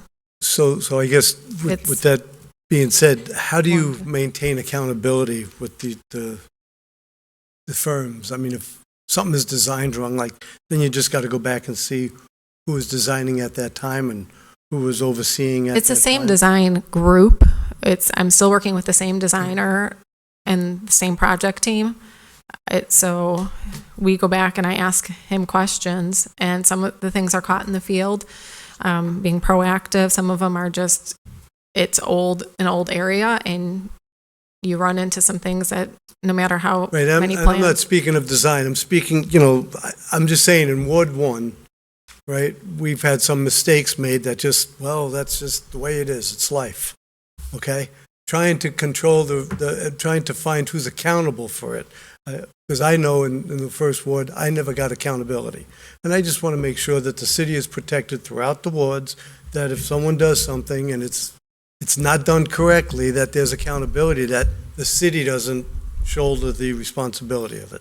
We have had meetings with the designers to let them know of all the issues that have come up for both projects. So they are aware of that. And like I said, there were some issues that came up, and they've gone out, WBK, in both areas and looked at that to verify that the information that was presented was correct. Rahat would like to add as well. Accountability comes from the future proposal they're going to.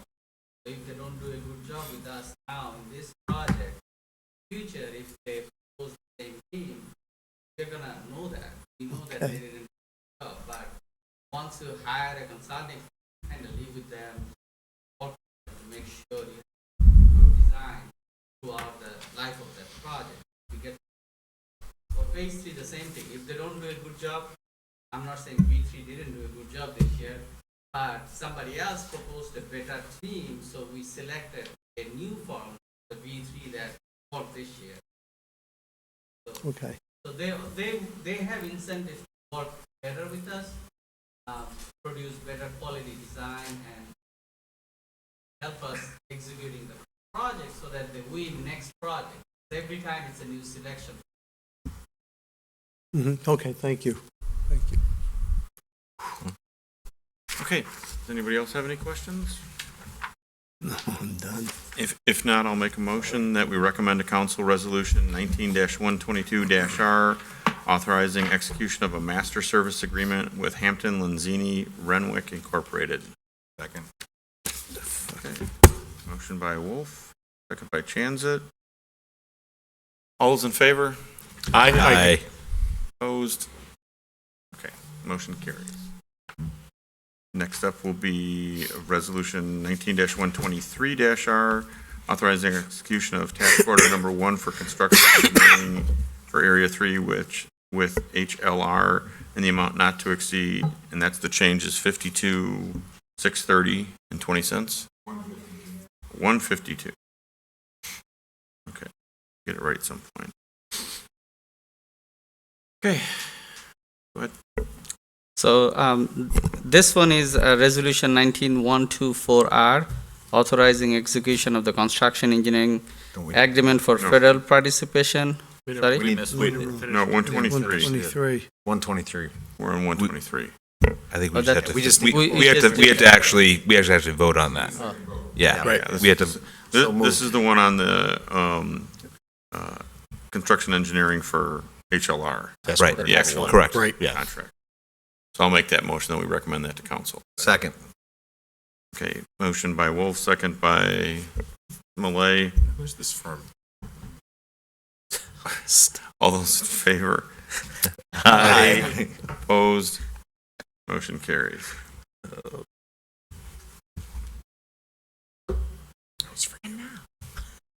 Okay, All right, so now you're up. now resolution 124. 19-124R, authorizing execution of the construction engineering services agreement for federal participation in the amount of $313,872.79 for Prairie Street reconstruction, Phase 3 construction engineering services. This is the Prairie Street project. We call it Stage 1 because I emailed a couple of weeks ago to the council that we got funding for Stage 2. So we're going to just call this Stage 1, which is going to be from the railroad tracks south to the Pine Street. This is a federally funded project, so we have to follow a different process to hire a consultant for the Phase 3 construction engineering. What we do is we set criterias that, show us your team, tell us, whether the team worked on similar projects. So we have 4 or 5 criterias like that. So they put together their proposal. We then go through that and we rank them. Then the highest rank team, we actually sit down with them or over the phone and emails, we agree on a scope of services, like what they're going to do in that project. Once we agree on the scope, they actually put the hours or propose the number of hours that they are going to take to finish this project. Now, they obviously have seen the design of the project, how many days the project is going to take, because we already have listed all that. So based on that, they propose the hours, we negotiate the hours. Typically, we negotiate down, saying, I don't like your hours. And then once you are done negotiating the hours, that's it, no more negotiation. Then they add the person to those hours and give us the dollar amount. So that's how that proposal gets negotiated. So that's how we came up with this dollar amount, but almost similar selection process, except it's a more back and forth. We don't open any envelope. They don't just shoot in the dark. So it's because it's a federally participation project. The feds are going to reimburse us for 75% of this cost, not this entire cost. So if you look at the second page, it does break down how the federal participation is going to happen. It's 75-25 for up to $250,000. If you ask why the rest of the money, it's for the water main replacement. Water main replacements are not eligible for federal participation. That's why we have to pay for it up from our own pockets. That's why you see that as a 0-100 federal local participation. So IDOT, because feds are going to reimburse us for this money, IDOT is going to also look at the proposal that V3 has submitted to us. They're going to bless that. If they don't like the hours that we negotiated with V3, they will come back and tell us either it's less or more. Typically, they don't say anything, but if we negotiated a lot of hours, they might come back and tell us that it looks pretty high. So it's that. So we have to, we are seeking approval from the city council to execute this contract. Mayor will sign it and clerk will attest it. There might be minor changes. If there is any major change, dollar amount or anything, we'll bring it back to you. We are almost going to say that preempting the approval process, because IDOT is going to come back to us and say, sign 10 copies and send it to us tomorrow. So we'll need mayor to sign it right away and send it back. So it's kind of doing it preemptively, but again, we are not anticipating any major changes to the contract that you are looking at. Does anybody have any questions? Just one question. Sure. It says on the second page, the city will be the lead agency for the construction engineering. What does that mean? That means we are going to be paying the consultant and managing the consultant. Okay. That's what it means.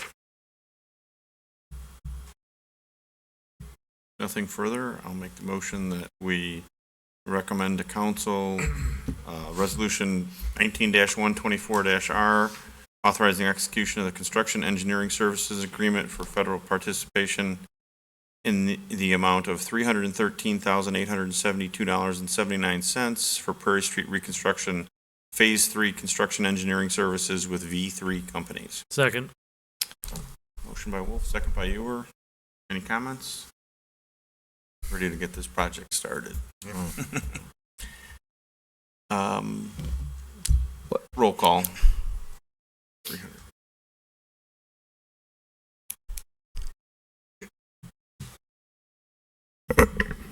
Wolf, Aye. O'Brien, Aye. Callahan. Aye. Meitzler. Aye. Malay. Aye. Ewer. Aye. Saron absent. McFadden. Aye. Miller. Aye.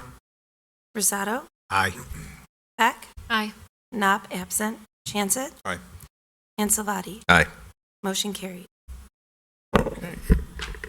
We'll move on to resolution 19-125-R, authorizing execution of a local agency agreement with IDOT for federal participation for the Prairie Street reconstruction project.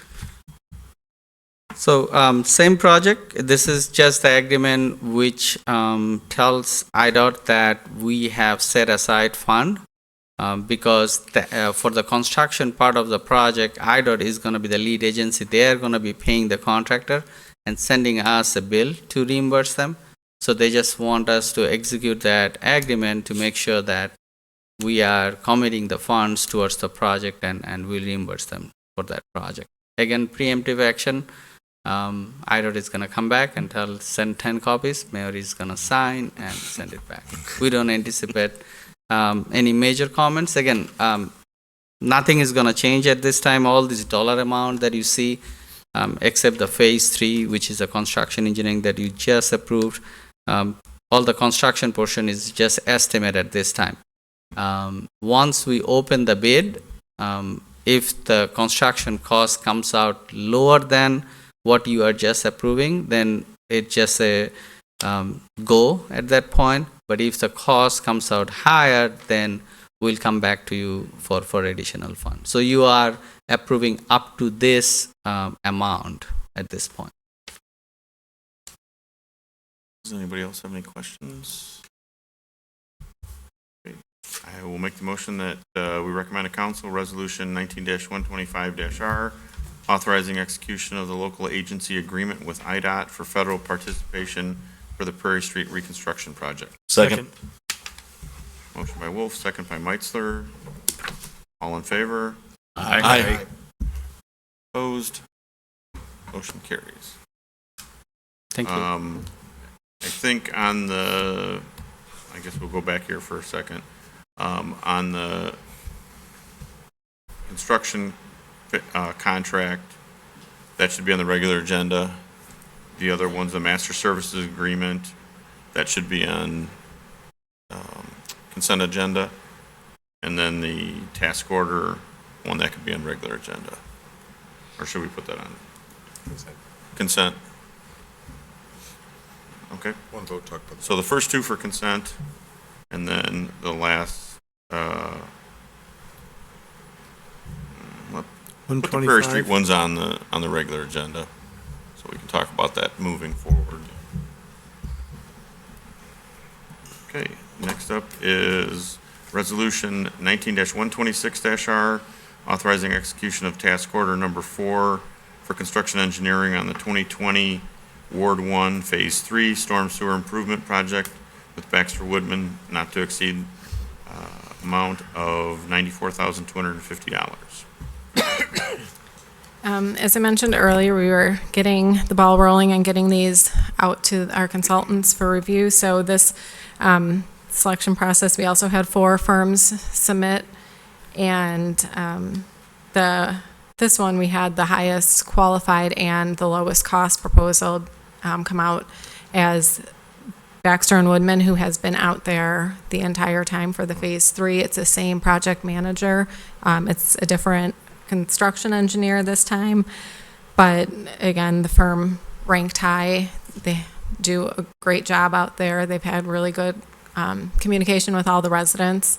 I know both of them that we've had in the past knew everybody out there and helped diffuse some of the situations that were going on. So again, Tim is managing this, and he is looking forward to working with this firm yet again. And the one thing that we did change from the initial staging and phasing of this project was we decided to add Rye Court in this year and move it from 2021 project, just due to the fact that Rye Court hits Chillum and we're going to be on Chillum, so it just seemed to make sense. And in addition, Rye Court, I've been out there, and then now with Tim working on this project, he's been out there as well. There's some drainage issues, icing with curb line, which happens to sit right in front of all their mailboxes.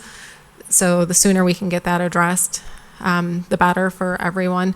And then we know that this project was done on the bond funds, and so we wanted to at least get this included, and then we'll see where the bond funds sit after the end of this construction season 2020, and see where we remain for the remainder of those cul-de-sacs.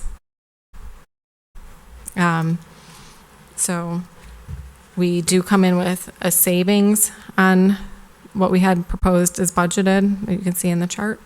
And that's all I have. Does anybody have any questions? Can we just make the pipes bigger? Make Mike happy? Well, then they would be sticking out of the ground, Alan. Extra money. Any questions? Okay. I will make the motion that we approve or send to council Resolution 19-126R, authorizing execution of task order number 4 for construction engineering for the 2020 Ward 1 Phase 3 Storm Sewer Improvement Project with Baxter and Woodman in the amount not to exceed $94,250. Second. Motion by Wolf, second by McFadden. All those in favor? Aye. Opposed? Motion carries. Okay. Dan, you're up. Ordinance 19-61. So this is revising Title 4, Chapter 2, several sections regarding tobacco regulations. In July, Illinois General Assembly enacted revisions to the state statutes regarding sale of tobacco, thereby raising it to age 21. We do have a housekeeping issue, so we need to adopt that. But 2 other things to take consideration of. We have an opportunity for licensing, charging something for licensing in the city, and then for possession, the state is actually silent on that issue. Do we consider that to be part of the prohibition? And Deputy Chief Mazza's here for any questions. Yeah, good evening.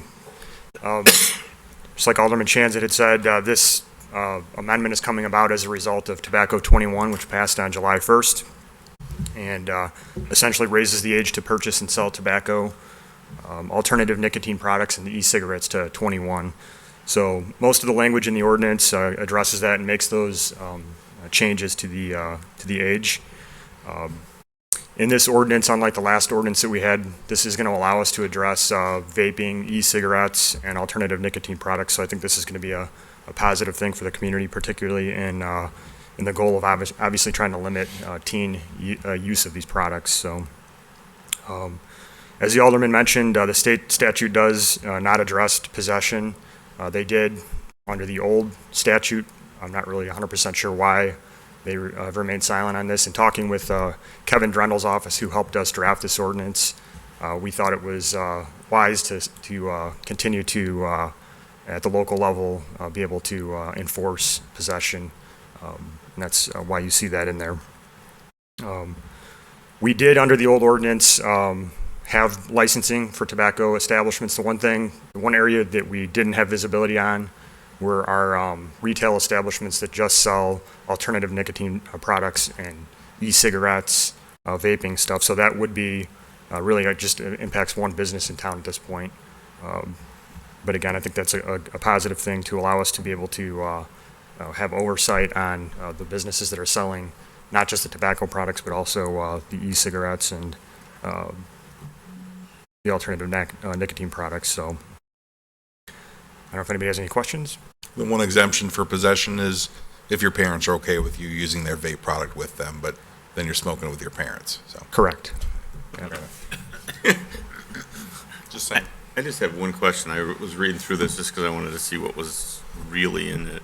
And I'm kind of shocked to see that there's a provision in here where vending machines are used for such sale. Is that even a reality anymore? I mean, I don't think we have any presently in Batavia. I mean, I know it should probably stay in there in case that gets to that point, but the vending machine thing, I think, went away like 35 years ago. They're next to payphones. It is, and it still shows up in the state statute. In the state statute too, so I mean, that's fine, because that's probably what needs to be there. I just thought that was kind of strange to see that.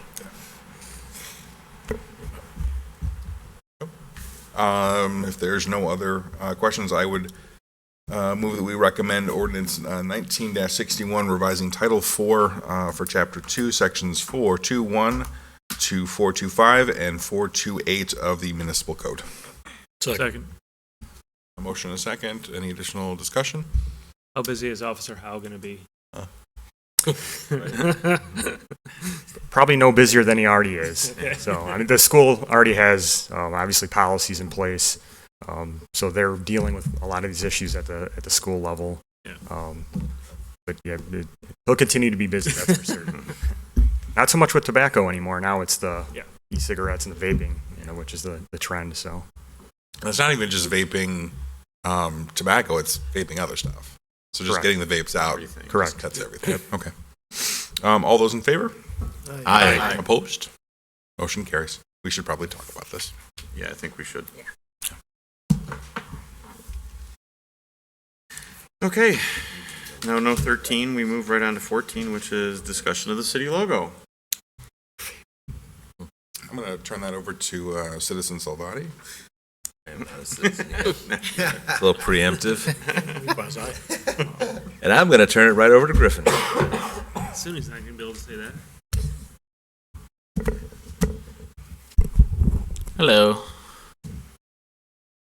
We're just going to jump right into it if this will let me. Is this from the internet? Yeah. The internet. Anything you see there. The interwebs. That's a lot, it's lot easier. Everything. To look at. Okay. There's that one. There's that one. There's that one. There's the one you didn't see. Do you? Thank you for bringing that one. Yeah. What I liked about this one was it encompassed some of the criticisms of the other two. It's a nice hybrid. Thank you for bringing that one. Mm-hmm. And then, as a refresher, that was the one that was the recommendation. But this was the fusion of the ones that you guys said you liked both of. But it just so happened that this was also an alternate made at that time. So And you have the original you have the original font on there as well underneath. I did notice that, and I didn't have time to change it, but I knew you would bring it up. I notice these things. But we would change it. We got rid of, if you see the little tails at the end of like the V and the A there, right here, it's fixed. So that's how it would appear, but, you know. Oh, no, just say it, I noticed. Yeah. Yeah. Thoughts?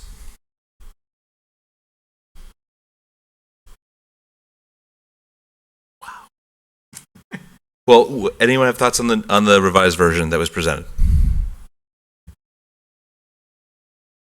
I think it's the happy medium between the more formal, the badge style, the patch style, and whoever said BB-8. That's all I saw after that. Yeah, that killed that one for me. I know, that's what I was like. That comment killed that one. Mhm. The more I went and thought about it, got it. It's one cloud instead of the two, so you kind of get rid of that cartooniness a little Simpsons bit. feel. It's more as a, A little bit. putting it in a correct context. I thought it was better with the two because then it looked like the Fermilab effect just spread everything out. to the side.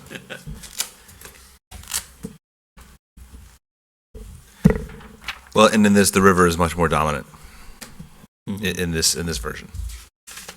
The river what? What'd you say? The river is more dominant as an element. You mean the bike path? Yeah, I was going to say That looked too. at it and I think Or the yellow brick road. Or the woofer, whatever you want to It call can it. be what you want it to be for Right. your version of Sure. Batavia. It's the river. It could be the all extension of roads North lead River. Home back to Batavia. It's the bike path. Yes. I mean, Yes. My comment would be in the black and white. Yes. Is that the shadowing on the windmills? That would need to be adjusted. But the question is, do we need the shadowing? I know, yes, it needs to be shadowed, but it just creates. You need to account for it in the black and white version. So, I mean, whether it's taking it out entirely or whatever, but you need to create an option for it for sure. yes, and I think this one with the more simplistic part of it with less clouds, I think it lends itself better to the different grayscale and the black. Right? I would say if you take up to a comment I'd heard, my family is busy. The old one was busy. This is less busy, but I think if you take out that shadowing, it's even less busy. And I don't think anybody would look at that and say, "Why is there no shadow coming down?" That's just a thought. That especially when you get to the black and white and the gray, then it gets busy. On both areas, both up by the wheel of the windmill and below the deck. So there's shading in both parts. On the vane and on the derrick, kind of.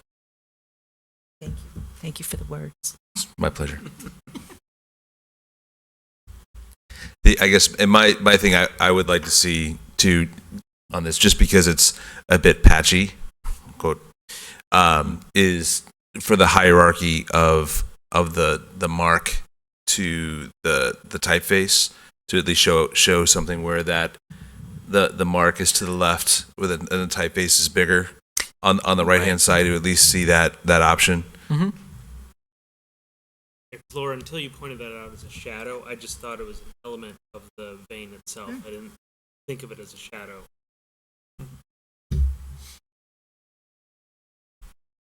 I think it can be whatever you want it to be. It could be a road. Right. Do we want to consider all four of the logos in some sort of, do we want to consider all four of them in some sort of vote? I sort of envision this and how the mayor has us vote for aldermen, where you would put them in your rankings. Highest number is the one that wins it. I think it'll be easier, faster that way if we did it. We could do that though. I'm comfortable with that if you guys are.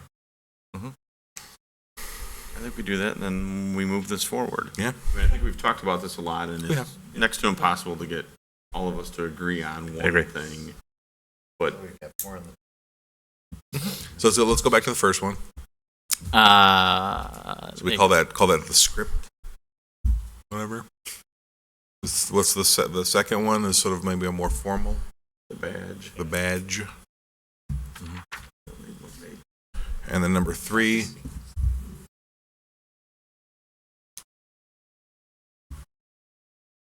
That's the one that has the 8 design in it. So if we all want to just cut that one out, we can just cut that one out. Are we getting rid of this one completely? Is that what I wouldn't get rid of it completely. Don't leave it. Oh. I would give it. No, I just couldn't would hear you. I leave didn't know leave what it you as an said. option. If we're gonna rank them, I think we Yeah. use all Include it? of them Yeah. that we've seen. Okay. Yeah. Or else then that's presumptuous of us to eliminate I would agree. one right off the bat. No, fair enough. I can't see it now that you said it. I mean, it's ruined for me too now. So this is number 3, and then the quote-unquote hybrid is the last one. Hybrid is last one, yeah. So you want to vote tonight? Yeah. You want to? Let's do it. Yeah. Yeah. Let's do it. I think we do it. Everyone have We don't even have to have a reason. Anybody have some paper with them? We can use the chalet. Use your That chalet. way We're recycling. We're being good. We're being stewards green. of what we have.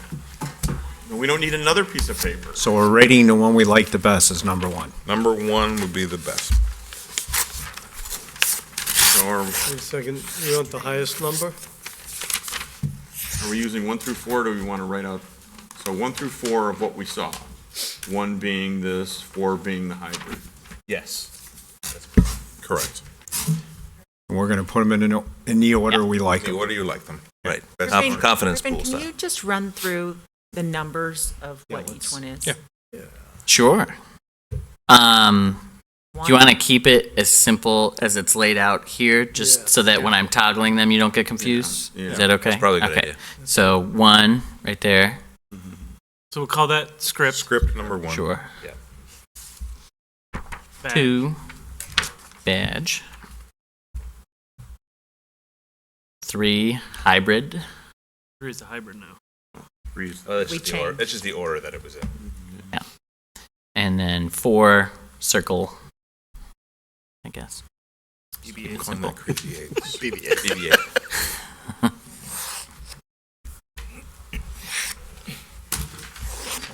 And then we put at the top, 1 would be what we want is the first one. And Yeah, the right. One is your best. You should have ranked number 3 at the top, and then Logo one? Right the order of We got the. that right. The way you want you it. like number 1. Your number 1 So pick. if I wanted badge, I would write 2 on the top. No, you'd write badge on top. Yeah. 2, okay, badge. Gotcha. We'll be served Come on. in one of these. That's right. Again, I don't think these are generic enough that they polls are don't lock closing us soon, into so- one thing that you have to say this is our brand or our tagline or. It's a mark. It's just a mark. Do you, do you need Punch a, those Chads, Florida. Yeah. Do we cheat them and how? Wow. And we Comes need the to Florida certify vote. this. The big Chad. Marty, just like Epstein, it's hanging there. Oh, there it was. Where's Knob? Joe's not here, so I had to say it. Oh, really? I was gonna say, have Mark add them up for us, There's no numbers on, right? no names. Yeah. You can leave the camera here and go back there and watch. Hanging out with Brown too much, huh?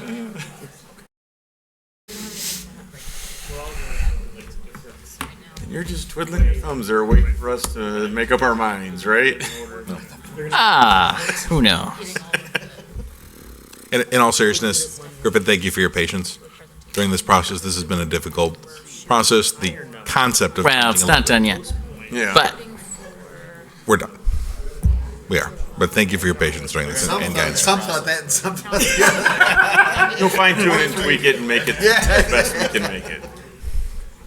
I'm confident in that. Yeah, everybody seems surprised. No, I'm just kidding. as long as y'all like it, that's all that matters.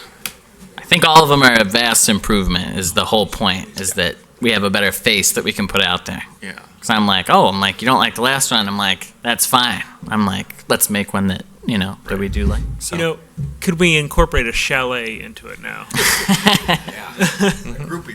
Can put them on the chalets. How about that? That would look nice on each show. You'd be down in the corner of the sign that's out in front of the cell. Now, who will pay for the lighting on the logo on the chalet, though? Going to build that individually? Are the lights hanging on there? Or no? Especially We could just like, Over their backlit? that's how you could do you pay for the light. If you're just going to plug in a light, it's $5 a month. If you're And gonna we plug own a in utility, refrigerator- so we're not doing solar. Back to this. And I think we need to check Elburn in the next few months and see if they got the runner-up as their new logo. So Griffin, which one do you like? I thought it flows down. Oh, that doesn't Laura matter. picks it up. That's private information. Yeah. Albert's just gotta put a river in.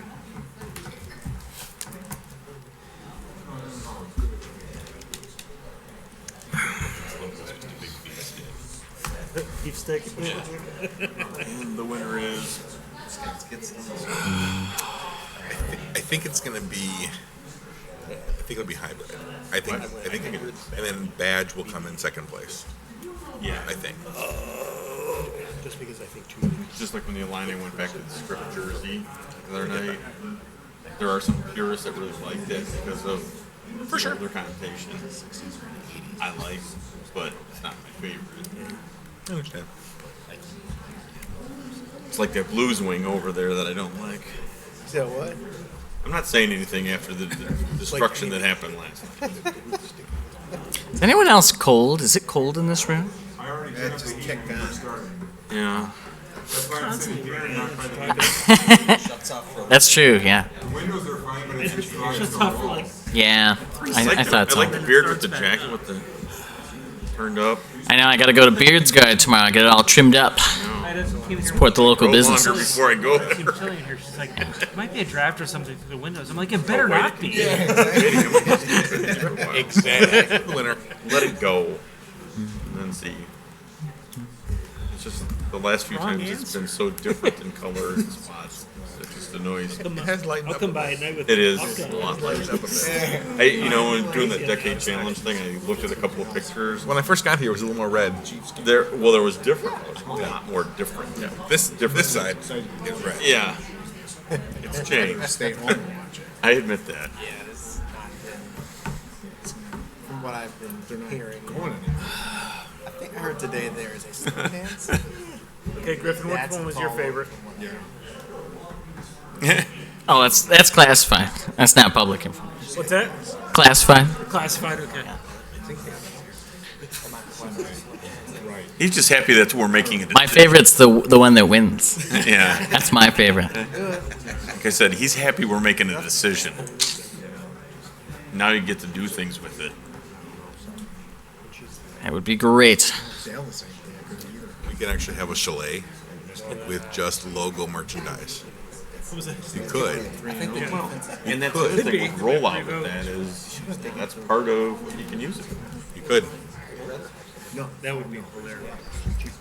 And just like the new BATV logo that we did several years ago, I've got old stuff that, got like a sticky No, to it's an even number of And every once in a while I roll out vintage stuff, get that. Multimedia cable vision. Not that old. I haven't been around it that long.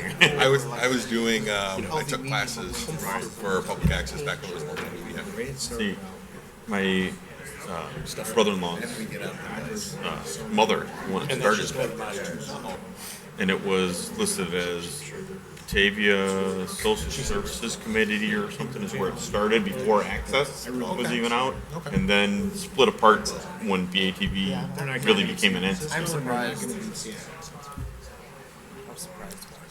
And they still actually have some cases that have the old stuff on it. Where it was stencil laid on there and spray painted over the case. Yes. Actual video footage. So, 1970s. Yeah. I don't know how you can put anything in here that finished it. I feel like Elburn is meddling in the election. Elburn.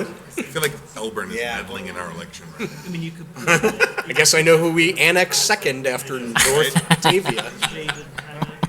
but would it light up the room? I still like the thing. I mean, 38's a perfect dividing line for Geneva. Yep. As long as they keep Burns, it's all good. St. Charles gets Burns.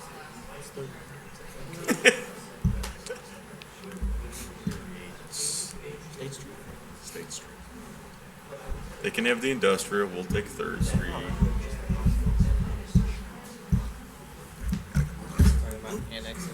And then the developable area that's still left to the east side, you get that along the train tracks. It's only over 12 pieces there. of paper. Think about that. I know, I'm sitting there like, what is? The old mill race? What? The mill race? Oh no, I don't want to deal with that. Yeah. They get that figured out, and then So we'll, they can kind of they get gerrymander that like. they get that no, Campana. they get that figured out, and then we'll annex. Oh, so we're gonna supply the water. What's the Elburn City logo look like? He's not even out to Elburn yet. This is that lame duck time when he's just Mill Creek. He hasn't quite got to Elburn yet. They shouldn't be giving any trouble. And the logo is? The original design. No, I'm kidding. Spark. You'd still have some people in The Spark design. The Spark design one. Right. Okay, we're back in session. We're back in session. Okay. I will go in reverse order Great. to create drama. It will not be. Script logo is out. So number one. Circle is out. Oh. Badge is out. And the clear winner is the hybrid. Yay. Oh, yeah, if you want the Dewey, Cheatham, and Howe scores. No.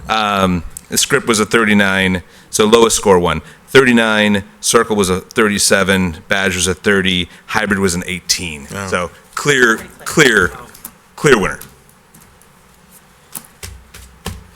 So With shadow, without shadow. with all the shadow. No, so what we can do now that we have, I mean, this is still rough. So, but the mark is the biggest thing. So now we can get this into some corporate standards, create some hierarchy with a typeface, and we can push forward. So, But as far as the subcommittee's work is done, we can then recommend to city council to move forward with this design. see, And I would make that in the form of a motion. and I would second that, unless it was already seconded. We're resigned to this one now. Well, if it was a clear runaway winner, Okay, so we have a motion and a second, and a lot of pictures being taken. Chancet and second by Salvati Sure. to move this forward to. to move the city council. design to city council. Yeah. Hasn't went public yet. What? It hasn't went public yet. There's a point to that. It's public, it's being broadcast right now, Yeah. so it's public. Checking Facebook. Roll Yeah, right. call. That's only from 8 to 5. Oh no, that's 24/7. Go ahead. Roll call. Chancet, Aye. Salvati, Aye. Wolf, Aye. O'Brien, Aye. Callahan, Aye. Meitzler, Aye. Malay, Aye. Ewer, Aye. Cerrone absent, McFadden, Aye. Miller, Aye. Rosado, Aye. and Beck. Aye. Motion carried.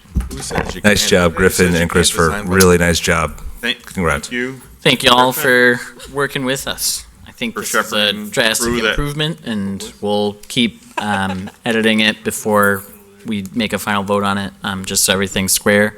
We'll probably do a sheet, kind of like we did with the first proposal, where it breaks it out with all the colors and everything specifically, as well as the applications that we had at the end, like this. Yeah. So, did you get enough photos of that one, Mark? Cool. We'll bring into the Elburn Which one next. do you want?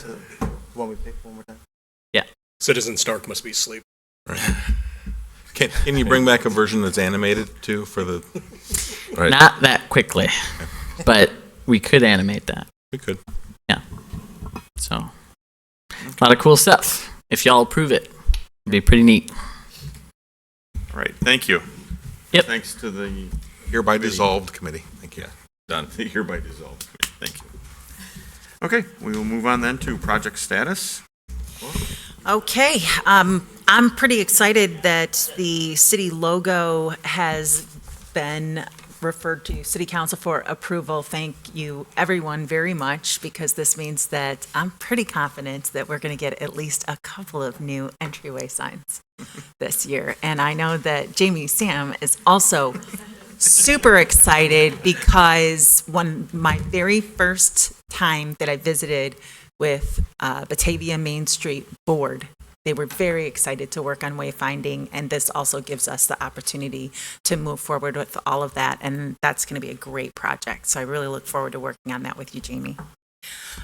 We also received some excellent news this morning that the Illinois Environmental Protection Agency has approved our remedial action plan for the One Washington Place site. And so we shared that information with the developer today and are waiting for information back from him confirming that we still look like we're on a schedule for a May groundbreaking. That gives about 3 months for the development of the construction drawings, as well as an 8-week period of time before our internal staff to review the plans that get submitted. So it was tremendously good news.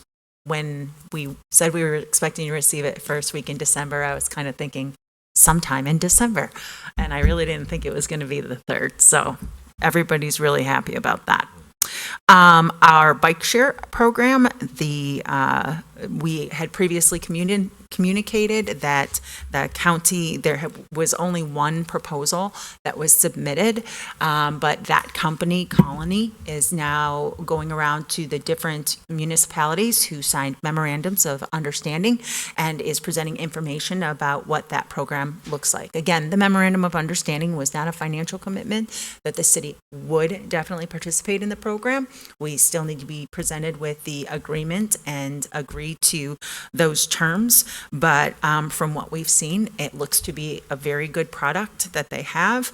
Instead of it being a rack, the rack is theirs, but you're buying the bicycles that go in the rack. But it seems to be of a similar investment. Originally, we had said it would cost about $13,000 per installation. And so I think that that's about 8 bikes that would get us.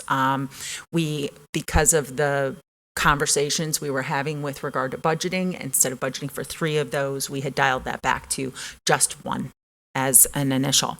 But remember that advertising opportunities that are available might be able to offset the city's costs for providing that bike share program. Also wanted to reiterate from yesterday that the toy drive distribution this year is going to be on December 15th. And so this is a final push to ask for any donations of people out there who would be interested in contributing to what is a very special event that happens in our town. And this year they have a need to distribute toys to 700 children. They, in particular, have needs for toys for boys and girls aged 6 to 10, and also for teens who are hard to find gifts for, but they always appreciate the gift cards to provide for the teens. And if anybody wants to write a check or has a gift card, our police department is collecting those and providing them to the toy drive. But we also have at each one of our fire departments and here at City Hall our collection places if anyone wants to donate some more toys to the cause. And also just to let you know, at next week's meeting, I'll be presenting a proposal for the city to hire an attorney who specializes in DUI prosecution and has a very good track record for results on both the prosecutions leading to convictions, but also in the amount of penalties that are recouped under those circumstances at a very reasonable rate to the city. So I'll be presenting that at the next meeting for your approval. And I think that is all I have in the way of the project status update, unless anybody has any questions. Anybody have any questions? Okay, thank you. We will now move on to executive session for the sale of real property. Discussion.